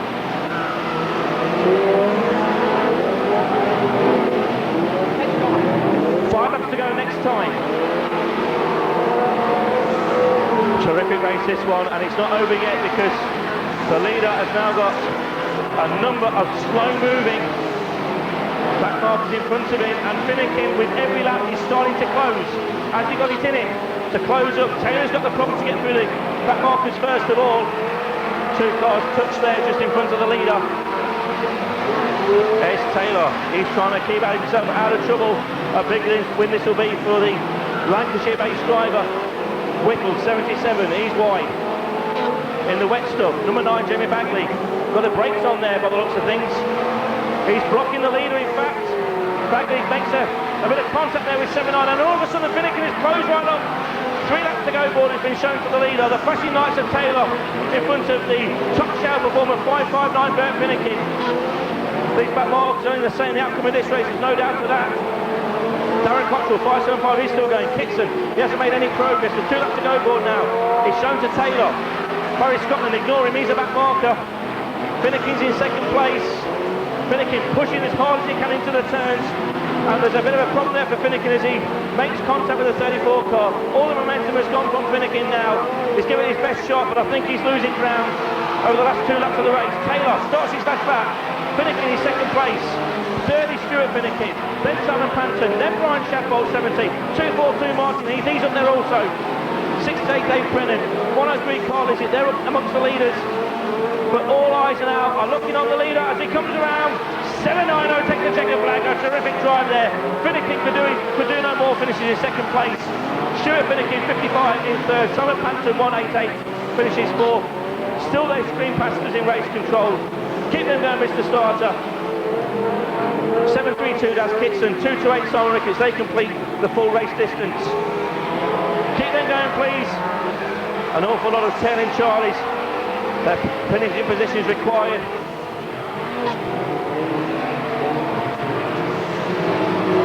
Still some back markers to complete their full race. And that'll do us, please. The red flags. What a terrific race that was. Super race there. The Formula 2 boys haven't disappointed. Must be a bit of a problem there between 95 and 34. That's no after the race incident. Wagon there. Sponsorship from Racers Hardware, Ward Landscape, MTech Racing and Tubic Scaffolding. This year's 1, 2 and 3 in the 1997 World of Shales Series Final.